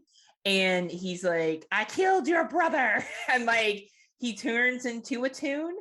And that scared the fuck out of me, which, by the way, Who Framed Roger Rabbit is not a child's movie. No. My parents let me watch that, probably unaware of all the sexual shit that was in it. And because it had cartoons, they probably thought it was appropriate. Right. Luckily, they didn't make me watch Cool World, which was very much inappropriate as well, too. They probably learned with Who Framed Roger Rabbit.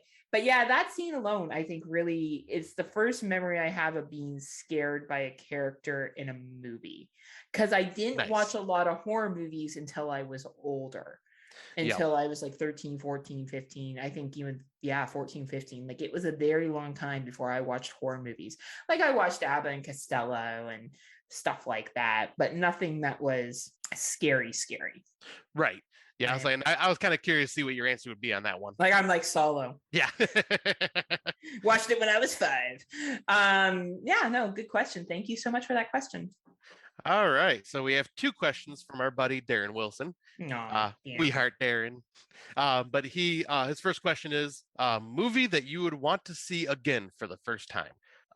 For me, I was thinking about this, and I think it would, for me, have to be Hereditary. Oh, because now you know what happened, so it kind of like ruins it. Yeah, like I still love the movie, but like seeing it for that first time, my jaw was on the fucking floor when I was in theaters. Like just when the daughter gets killed by getting clotheslined by a fucking telephone pole, and then just seeing Toni Collette's reaction to that, of the grief and everything. I was sitting there stunned. And then like cool. And then trying to figure out like, okay, is she delusional, or is this all about or is this actually something that's really going on and this kind of supernatural? And like, yeah, once I figured that out, and it's still a great film to like pick apart and find little details in, but that first time experience, man, like I said, that I left that theater and I sat in my car for like 15 minutes afterwards, just like completely shook. Like I just had to sit there and just kind of take it all in after watching it. Yeah, that movie really did affect you. I know you've spoken several times about it. It also really affected Jay from Kill the Cast as well. Yeah. I guess for me, there's 2. One is Jurassic Park. Honestly, I fucking love that movie. And I remember being in grade 5. My mom took me for my grade 5 graduation. We went to KFC for dinner, if that's what I wanted to do.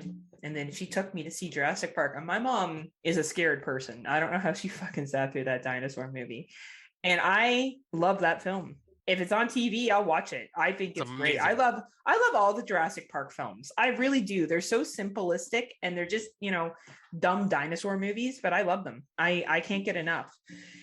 And I think if I'm linking of horror, The Village, because I thought the ending of The Village when it came out, I know this is a very controversial pick for a lot of people, but I just remember being like, when that twist happens, I was like, what? Like I didn't see it coming. Maybe now if I watched it, I would, but at the time I was considerably younger and I didn't. And I just wanted to talk about the political meanings behind that. I just wanted to talk about the logic behind that and how they talked about how they paid planes to not fly over that area. Like that grid was completely removed from civilization till this blind chick wandered out and realized where you were. And I honestly think it's some of M. Night Shyamalan's best work, if not his best work, personally for me. And that shocking ending that I got. And it also kind of showed me how much I really value social messages in films and how that's a real value to me personally. And that makes total sense for you. I can see that. Right. His second question that he asked us, favorite local, if possible, urban legend. For local urban legend for me, I think I brought this up on like when we did our urban legends episode, but the thing that I found out that lives out in Montrose, like that was a legend called the Wakalar, which I literally cannot find much information on it, but a lot of the locals have talked about it. And it's just this beast that you hear out in the middle of, like, usually at night, which, probably is just a coyote or something, but it had this extremely unnerving sound to it when we were in the woods at night partying. And it would almost sound like a horse whinnying and then a howl mixed in.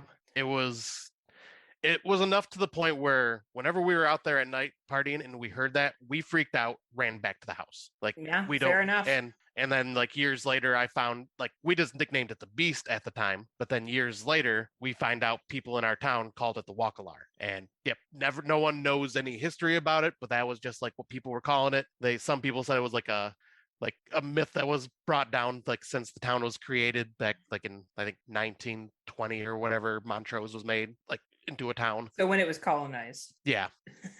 Pretty much. Yeah. But yeah, that, like, they say that it's been around since that long. I mean, whether it's true or not, who knows? But yeah, that's the one thing that always sticks in my mind when I think urban legends around my area. That's cool. For me, it's Bloody Mary, Candyman. I never say any of that fucking shit in the mirror ever. And I never will. Just so we're clear, I don't want to take the chance that it's true. And I don't care how that makes me sound on this podcast either. I will never, ever repeat those names in the mirror. Creeps me out. I believe in ghosts. I believe in spirits. I believe there's evil and good in this world. And I don't want to fuck with any of that shit. So that's, for me, a very simple one. Anything that involves repeating anything in the mirror to get something to come so I can see it. Nope. Like, I wouldn't play the fucking elevator game.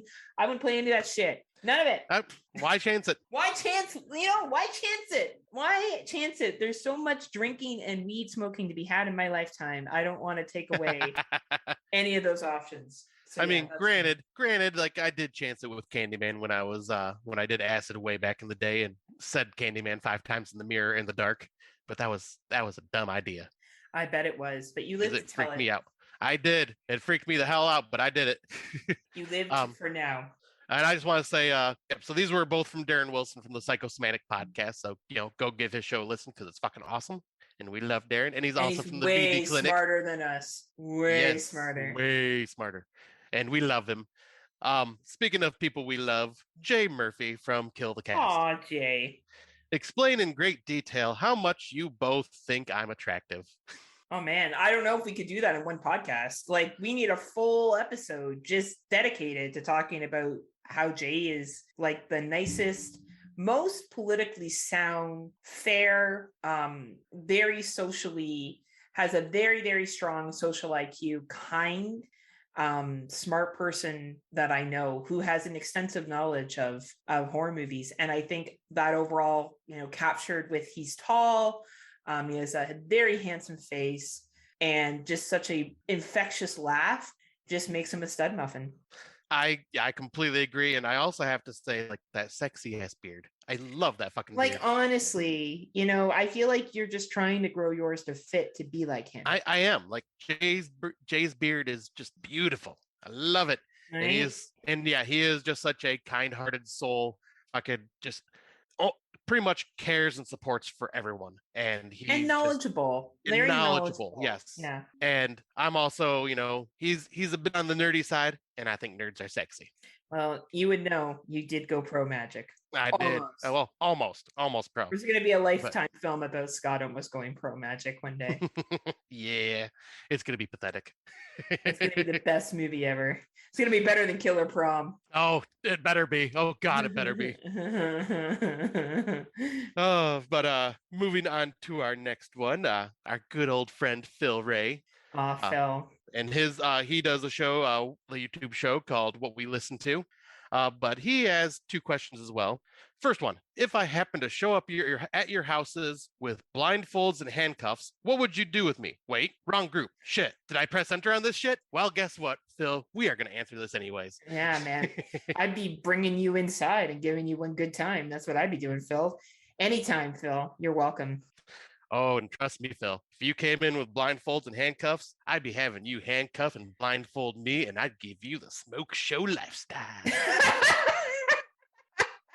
Like neither one of us are lying, Phil, either. Like we're totally down for what you're suggesting. Like this isn't even like we're doing it for the show. Call us sometime. Yeah, call me. All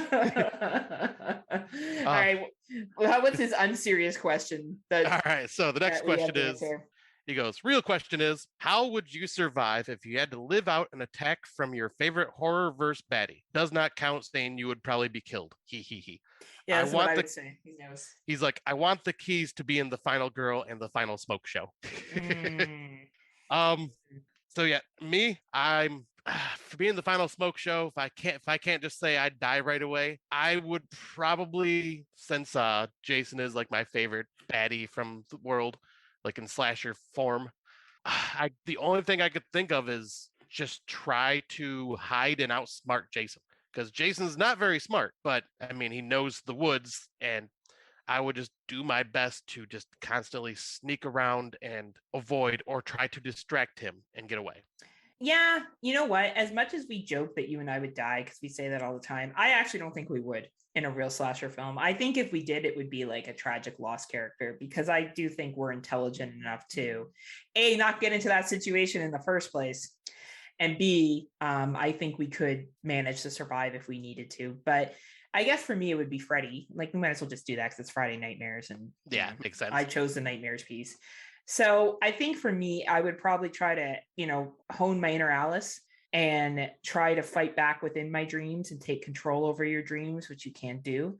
I always have liked the concept that Freddy's a boogeyman that if you don't believe in, he can't hurt you. And I would try to kind of use my wits to outsmart him. And try to survive it that way. If I was in a slasher like Scott, I would do the same thing Scott recommended. I would try to outsmart and try to I think the biggest thing that people do in horror movies who survive compared to those who don't is they try to calm themselves and think of ways to handle a situation, which I can do. And I have had to do I have been in life or death situations before. Right. And I have been able to survive them. So I think that that's the biggest thing that I would pull from is, evaluating my options as quickly as I could and which one do I think is going to be the most successful. And like all joking aside, you can be completely hammered, but you can sober up real quick if you have to kind of survive something. So I think there's that possibility there as well. Yeah, great. I like it. Yeah. Then we get a question from our good old pal Donna Nelly Nice. from the Fresh Cuts. Mr. Donanelli asks, one for each of you. Scott, what scenario would you want to see if you were given control to create a new Gremlins film? Heather, how drunk would you have to be to watch the movie Scott just made up? So no matter what Scott makes up, there's not enough alcohol in the world. Done. That's the answer. All right, so I'll give my answer then. I would actually go with a continuation, like a straight continuation of part 2. I would. Of course you would. Well, I would. This is where I was going to say I would cut out a lot of the ridiculous Looney Tunes comedy. But what I would like to see happen is, since at the end of part 2, you see Greta the Gremlin is still alive, I would like to see her like getting out into New York City, and then it rains and then creates a shit ton more gremlins, this time obviously without any genetic manipulation and all this stuff, and just kind of go back to what the first film was, just a shit ton of gremlins causing havoc in a major city. And I would probably make it a little more horror than the first film, because the first film had some horror elements, but was still just kind of off the wall silly. I would like to see it I would like to see what would have happened if the gremlins actually did get out in New York, but actually be a lot more horrific and them just causing mischief and hurting people. And then, since Billy and Gizmo are still in New York, they would have to come together to try to stop what is just happening again. Awesome. Okay. I still need a lot of alcohol because it sounds torturous. I used to not, just so I'm clear, I used to not hate gremlins, but I'm not a big puppet person to begin with. But Scott's weird fucking obsession, like he's like the Tad of working out with gremlins, and it ruined it for me, and it continues to. So when you asked about drinking, Don, like probably to the point where I would die from alcohol poisoning. And then I would come back as a ghost to haunt Scott and push all his gremlin characters off his shelves repeatedly just to get back at him, especially if he had a date over. then I would really fuck up shit around the house. I would throw things just to get revenge. Oh, I love you. I know. I'm the best. And Don, that was a great question because Yes, thank you, Don. As soon as I seen that question for you specifically, Heather, I was like, oh my God, this is going to be great. You know what? Don's really cool, actually. Don can say anything and it's fine because he really is one of the coolest podcasters in this community. He just marches really to the beat of his own drum, and I fucking dig the shit out of that. I love it. I love him. So this one's going to be from our good old buddy Craig Wooten. Craig. We got 1, 2, 3, 4, 5, 6, 7 questions from him. We'll try to just kind of shoot through these real fast. This one I think is directed towards me because I am where I met Craig, I'm in a Facebook group called Talking Films. I think I have added Heather to the group as well. But this one I think is directed to me for something recently. But he said, why are you so wrong about the Wrong Turn remake or the movie's the original? Because he loves the original film and wasn't the biggest fan of the remake, where I liked the remake more than the original. And I just have bad taste, Craig. That's why I'm wrong. But no, in all seriousness, I find the Wrong Turn films to just be the originals to be just okay. They are basically just a concept of Hills Have Eyes meets Friday the 13th. Nothing original there. And even though the remake is more woke, I would say it's still like a completely different concept that I really kind of just dug. Yeah, I think the remake was, I just think it was more modernized. It wasn't really, and you know what? It was a reimagining. Like, it really isn't anything compared to the original one. The original one was a basic fucking 2000 slasher. And they were just pumping that shit out because they were using hot TV stars at the time. Yeah, I don't even think they should be compared in the same camp. I know we compared them in the same camp, but they really shouldn't be because they're such different fucking films. But yeah, another one that he asks is, what horror directors or director/directors has influenced your taste the most? For me, it would be John Carpenter and Stuart Gordon. John Carpenter, just because of his filming style, and a lot of his films are some of my all-time favorite movies in general, like The Thing, Escape from New York, Halloween. Like, I could go on with his filmography. And Stuart Gordon, because he does these very quirky but fun horror films, and he's the one that made me fall in love with Lovecraft, because Stuart Gordon did a lot of Lovecraft-based stories like Reanimator, From Beyond, Dagon, stuff like that. Yeah, for me, it's Wes Craven. I think Wes Craven has did energize the horror community. I think with the creation of Nightmare on Elm Street, followed up with Scream, probably his two best known, and The People Under the Stairs as well. I think he just really knew how to deliver a good storytelling. He knew how to direct a film. He knew how to be modern and breathe life into a genre. And even with the Freddy Nightmare on Elm Street series, when he came back with A New Nightmare, I think that A New Nightmare is ahead of its time when it was released. And I think it was brilliant to bridge that world between reality and fantasy. And then finally, Jordan Peele. I think Jordan Peele has an ability to capture current societal factors while making an entertaining film. I think he interjects appropriate comedy into his films.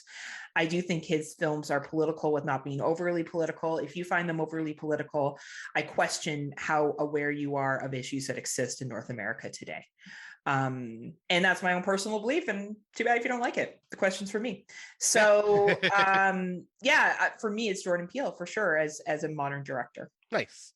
Now the next question, this one's going to take a second, I think, for both of us. Well, maybe not, but we'll see. What horror film do you think deserves a remake/reboot, or what series deserves a reboot, sequel, a la Halloween, Candyman, etc.? Oh, for me, it's Cujo. I've said this for years. Oh, yeah. I think the original Cujo film, though I appreciate the acting by many of the characters in that film, and I love the St. Bernard doggy because they don't look that fluffy, I think that movie deserves a remake. And I think my opening screen shot of the woman running for the car, the mother running for the car, and this hearing the breathing in the background and the dog, and she's trying to shut the door and the dog's trying to break in. And we go back and forth between present day and the past that led to that, would be a much better film. I 110% believe that. If I had the money and the ability to write a script and do that, I 100% would. And that's kind of funny because I also have chosen a Stephen King one. Oh, which one? I am going with The Stand. Like they Mm. they recently came out with the Stand miniseries, but I want to see a readaptation of this done well because like both the original miniseries back in like the 90s and the one that just came out seem to miss a lot of like the character development that is in the King book.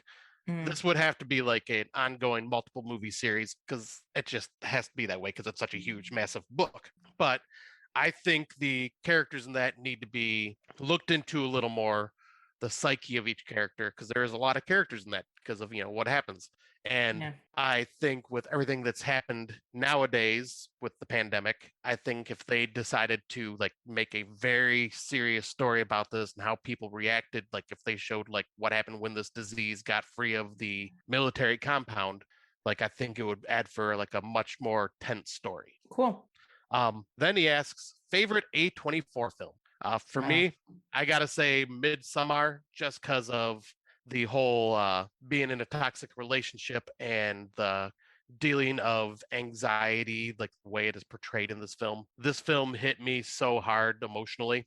Like I this is just automatically the one I came up when I thought of this. For me, it would be False Positive.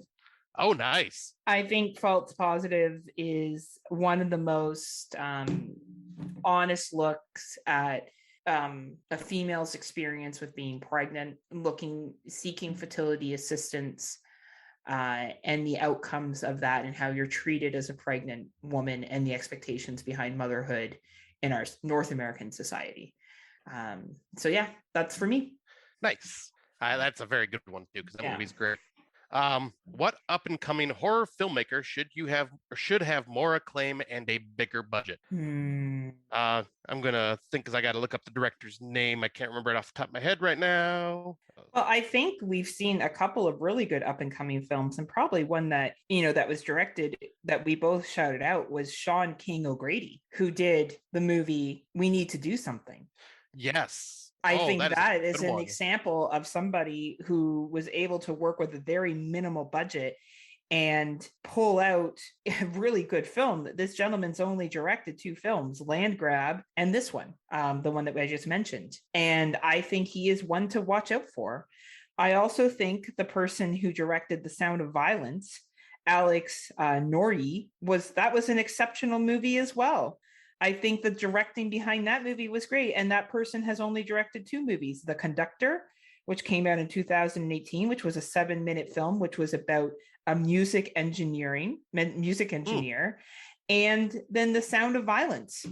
So I think that those are 2 examples of directors who have come out with some awesome indie films this year, who I hope to see more of moving forward. Yeah, I completely agree with those. And I will bring up one more from like this one just because my love for it. But Jeremy Gardner, the director of After Midnight and The Battery. He has a little bit more clout to him than these 2 other ones that we just mentioned, but another one who honestly, and he acts in his own films, doesn't he? Yes, both films. Yeah, he was in both. And I think that's someone who has a lot of talent when you can do all of that very, very well. Yeah, he is one that covers relationships and character development in such an incredible way. Absolutely. Very well. And I done. would love to see what else he can do. Yeah. And then there are 2 more from Craig. Are there any horror novels you'd like to see adapted to film? I would like to see the sequel to John Dies at the End, which is Don't Open This Book, or shit. Can't remember the name of it. I get confused. Okay. This book is full of spiders. Seriously, don't open it. And it's the sequel to John Dies at the End. And it is basically a continuation of that book and that was a movie as well.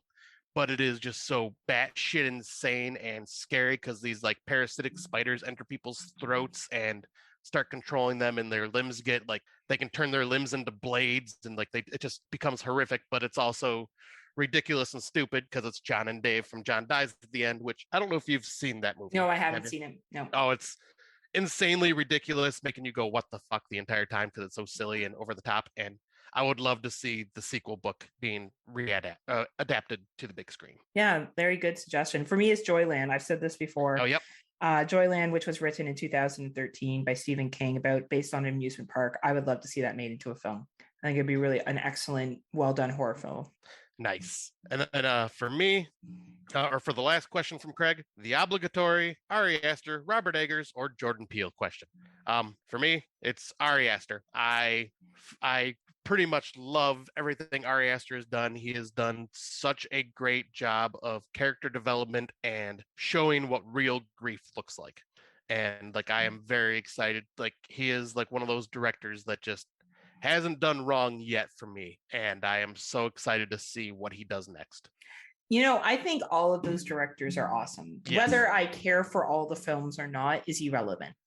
Their abilities to direct and command the setting. Like, I didn't love The Lighthouse. I made no, I won't say it's a shitty movie because it's not. I think that's a really immature stance to take. It just wasn't for me. Right. It was a little too slow, but I appreciate the ability to direct and put focus in on that film, which is Robert Eggers, right? Right. And I think Ari Aster's Midsommar, yet again, not my preference, a movie that I will go to, but his ability to pull such emotion from Florence Pugh and other characters in there, phenomenal. But of course, it's going to be Jordan Peele for me. Yeah. And that's because of my own personal interest in what he talks about. I love the humor that he interjects into his films. And I just love the social political messages behind it. And I know that the other two do include social political messages in their film to a certain extent. I Am the Pretty Thing That Lives in the Walls. That's by Robert Eggers, right? Nope, that is Osgood Perkins. Osgood Perkins. So anyway, that's interesting that we didn't include him in here because he is a really interesting director as well. But for me, it's going to be Peele. Yep, I knew that answer right away for you because I know how much Peele means to you. But at the same time, like, that's a personal preference. I think these two other directors, like, I do another podcast called The Slumber Party Massacre, and we did a debate about these directors, and they're all good. Like, to put one above the other, I don't think is a fair statement, because really, I think it's going to depend on what your preference is for filmmaking, how you enjoy watching films, what you want out of your films. And for me, it's Peele, but I could totally respect if someone, like, I respect Scott's opinion on who he prefers. Like, to me, I would never, like, Scott and I are never going to get into a debate about these three directors because they're all good. Yeah, we'd have nothing bad to say about them. It's just like, personal preference. Right. And it's going to come down to what you connect with more, but objectively, they all do their job as a director extremely fucking well. Yep. And that's what we have going on. And this is where people who like, the 80s were the best time for horror because that's when John Carpenter and Wes Craven and other people made films. Yes, the 80s were great. Don't get me wrong. But there's lots of great modern horror. And if you're saying there isn't, then in my opinion, you're not watching the variety that's out there. Both Scott and I are at 151 horror 2021 watches for me. How many are you at, Scotty? I'm at 125. So like over 100 movies Scott and I have watched. Yeah. And we can tell you that there's something out there for everybody. And there's different genres and there's different types of films that you can enjoy. So, check out these directors. If you, for some reason, think modern horror sucks, you probably aren't listening to this podcast if you do, because, right. But if for some reason you know someone who does, encourage them to check out these directors because they're great. Yep, completely agree. We have one final question, and this is from my buddy Justin Bramlett. All right. So we went from serious questions to cap it off with a silly question. Nice. How many times do you jerk off / masturbate at a day? I'm at about 10 to 20. Oh, man, I wish I was at 10 to 20. I would say I'm about a 1 to 2 a day guy. Depends on the day, Justin. Wow. Does Justin have a partner? Yes, he does. Oh, okay. That's too bad. So yeah, I think it depends on the day, Justin. Like, I don't know. Now you got, like, that's a question I really care about. I know you do. Yeah, I would say some days it's up to 3. Wow. Other days it's 0. It just all depends, Justin, how I'm feeling. But if you do 10 to 20, you're a fucking champ. And whoever your partner is, I don't know, either needs to start putting out more, like you guys need to connect a little bit more, or maybe you just do that and do them. And that's the case, you're superhuman. Right. Like, and knowing Justin, he is superhuman. Like, wow. That's impressive. I feel like we should have Justin on the show just so we talked about that. Where do you know Justin from? I went to high school with him. Oh, good. Guess where he's coming on the show then. Hey, does he listen? Well, I don't know if he listens, but he is the main admin of the Talking Films group. So he is a person that watches a shit ton of movies. Well, guess what you're watching when you come on here, Justin? Porn. Talking about your 10 to 20 times a day. I'm super impressed. Did he think that question would make us uncomfortable? No, I think he was just being a jackass and just thought it'd be funny. Oh, man, now he probably didn't expect me to read it on the air. But he's made a mistake. if he didn't think I was going to read it on the air, he doesn't know me well enough. Oh, he didn't think we were going to answer it and then try to bring him on to talk about it. He doesn't know either one of us well. You know, I'm supposed to listen to this show.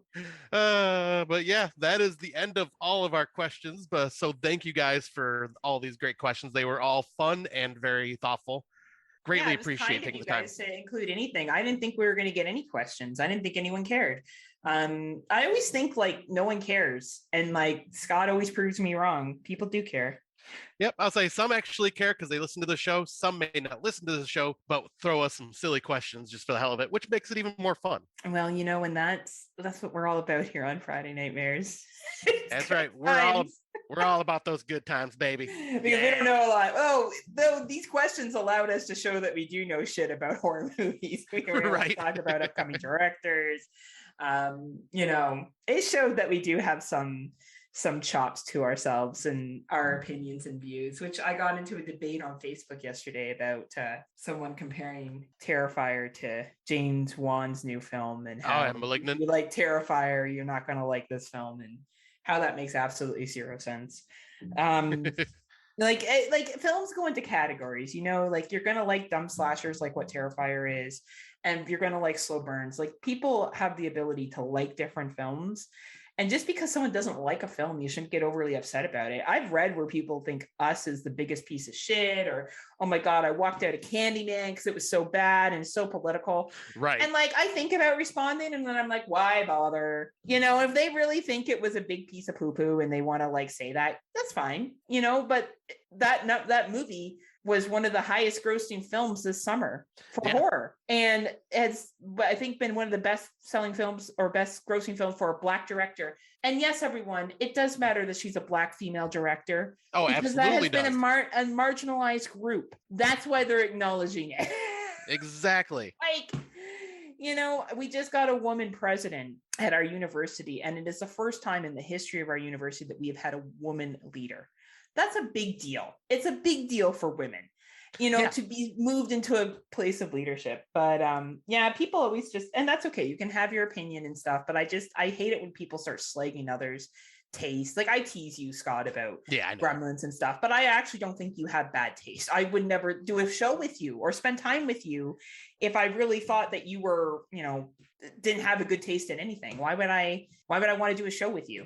Right, it'd be a constant arguing then. Yeah, and which, you know, some people dig. A lot of people do dig that, but like I just think it's immature to criticize what someone really likes. I really do. Like there's films that have come out like Saint Maud that I'm not a huge fan of. I know certain people love that film. Well made, well acted, just didn't do it for me. Right, same. You know, and that doesn't mean that it's a shitty film. It just means that it wasn't for me, right? Exactly. And I find this attitude of like, I don't know, it's just immature, and I just don't have fucking time for it, honestly. Yeah, I agree. So, but that's Scott and I's, you know, 2 cents of what we think people should think and not think, which wasn't even a question. I just decided to add it on here. So Heather does what she wants. I smoke, I drink, I do drugs, I do what I want. Whatever, I do what I want. We outside. Thank you everyone for listening. As always, we will be back again in 2 weeks with our next episode, which will be super brilliant. Whatever we do, I don't know, maybe we'll talk about it when Scott's here in person. Yeah, I was saying hopefully we'll have some very fun stories of us getting together. We should probably literally do some show planning in person though, Scott. We should like really map out maybe the next couple of months. I mean, why not? We're going to be together for a while, you know what I mean? Like, do like we did back in the day. Driving to Niagara Falls, like you could have a little notebook and we could talk on the drive.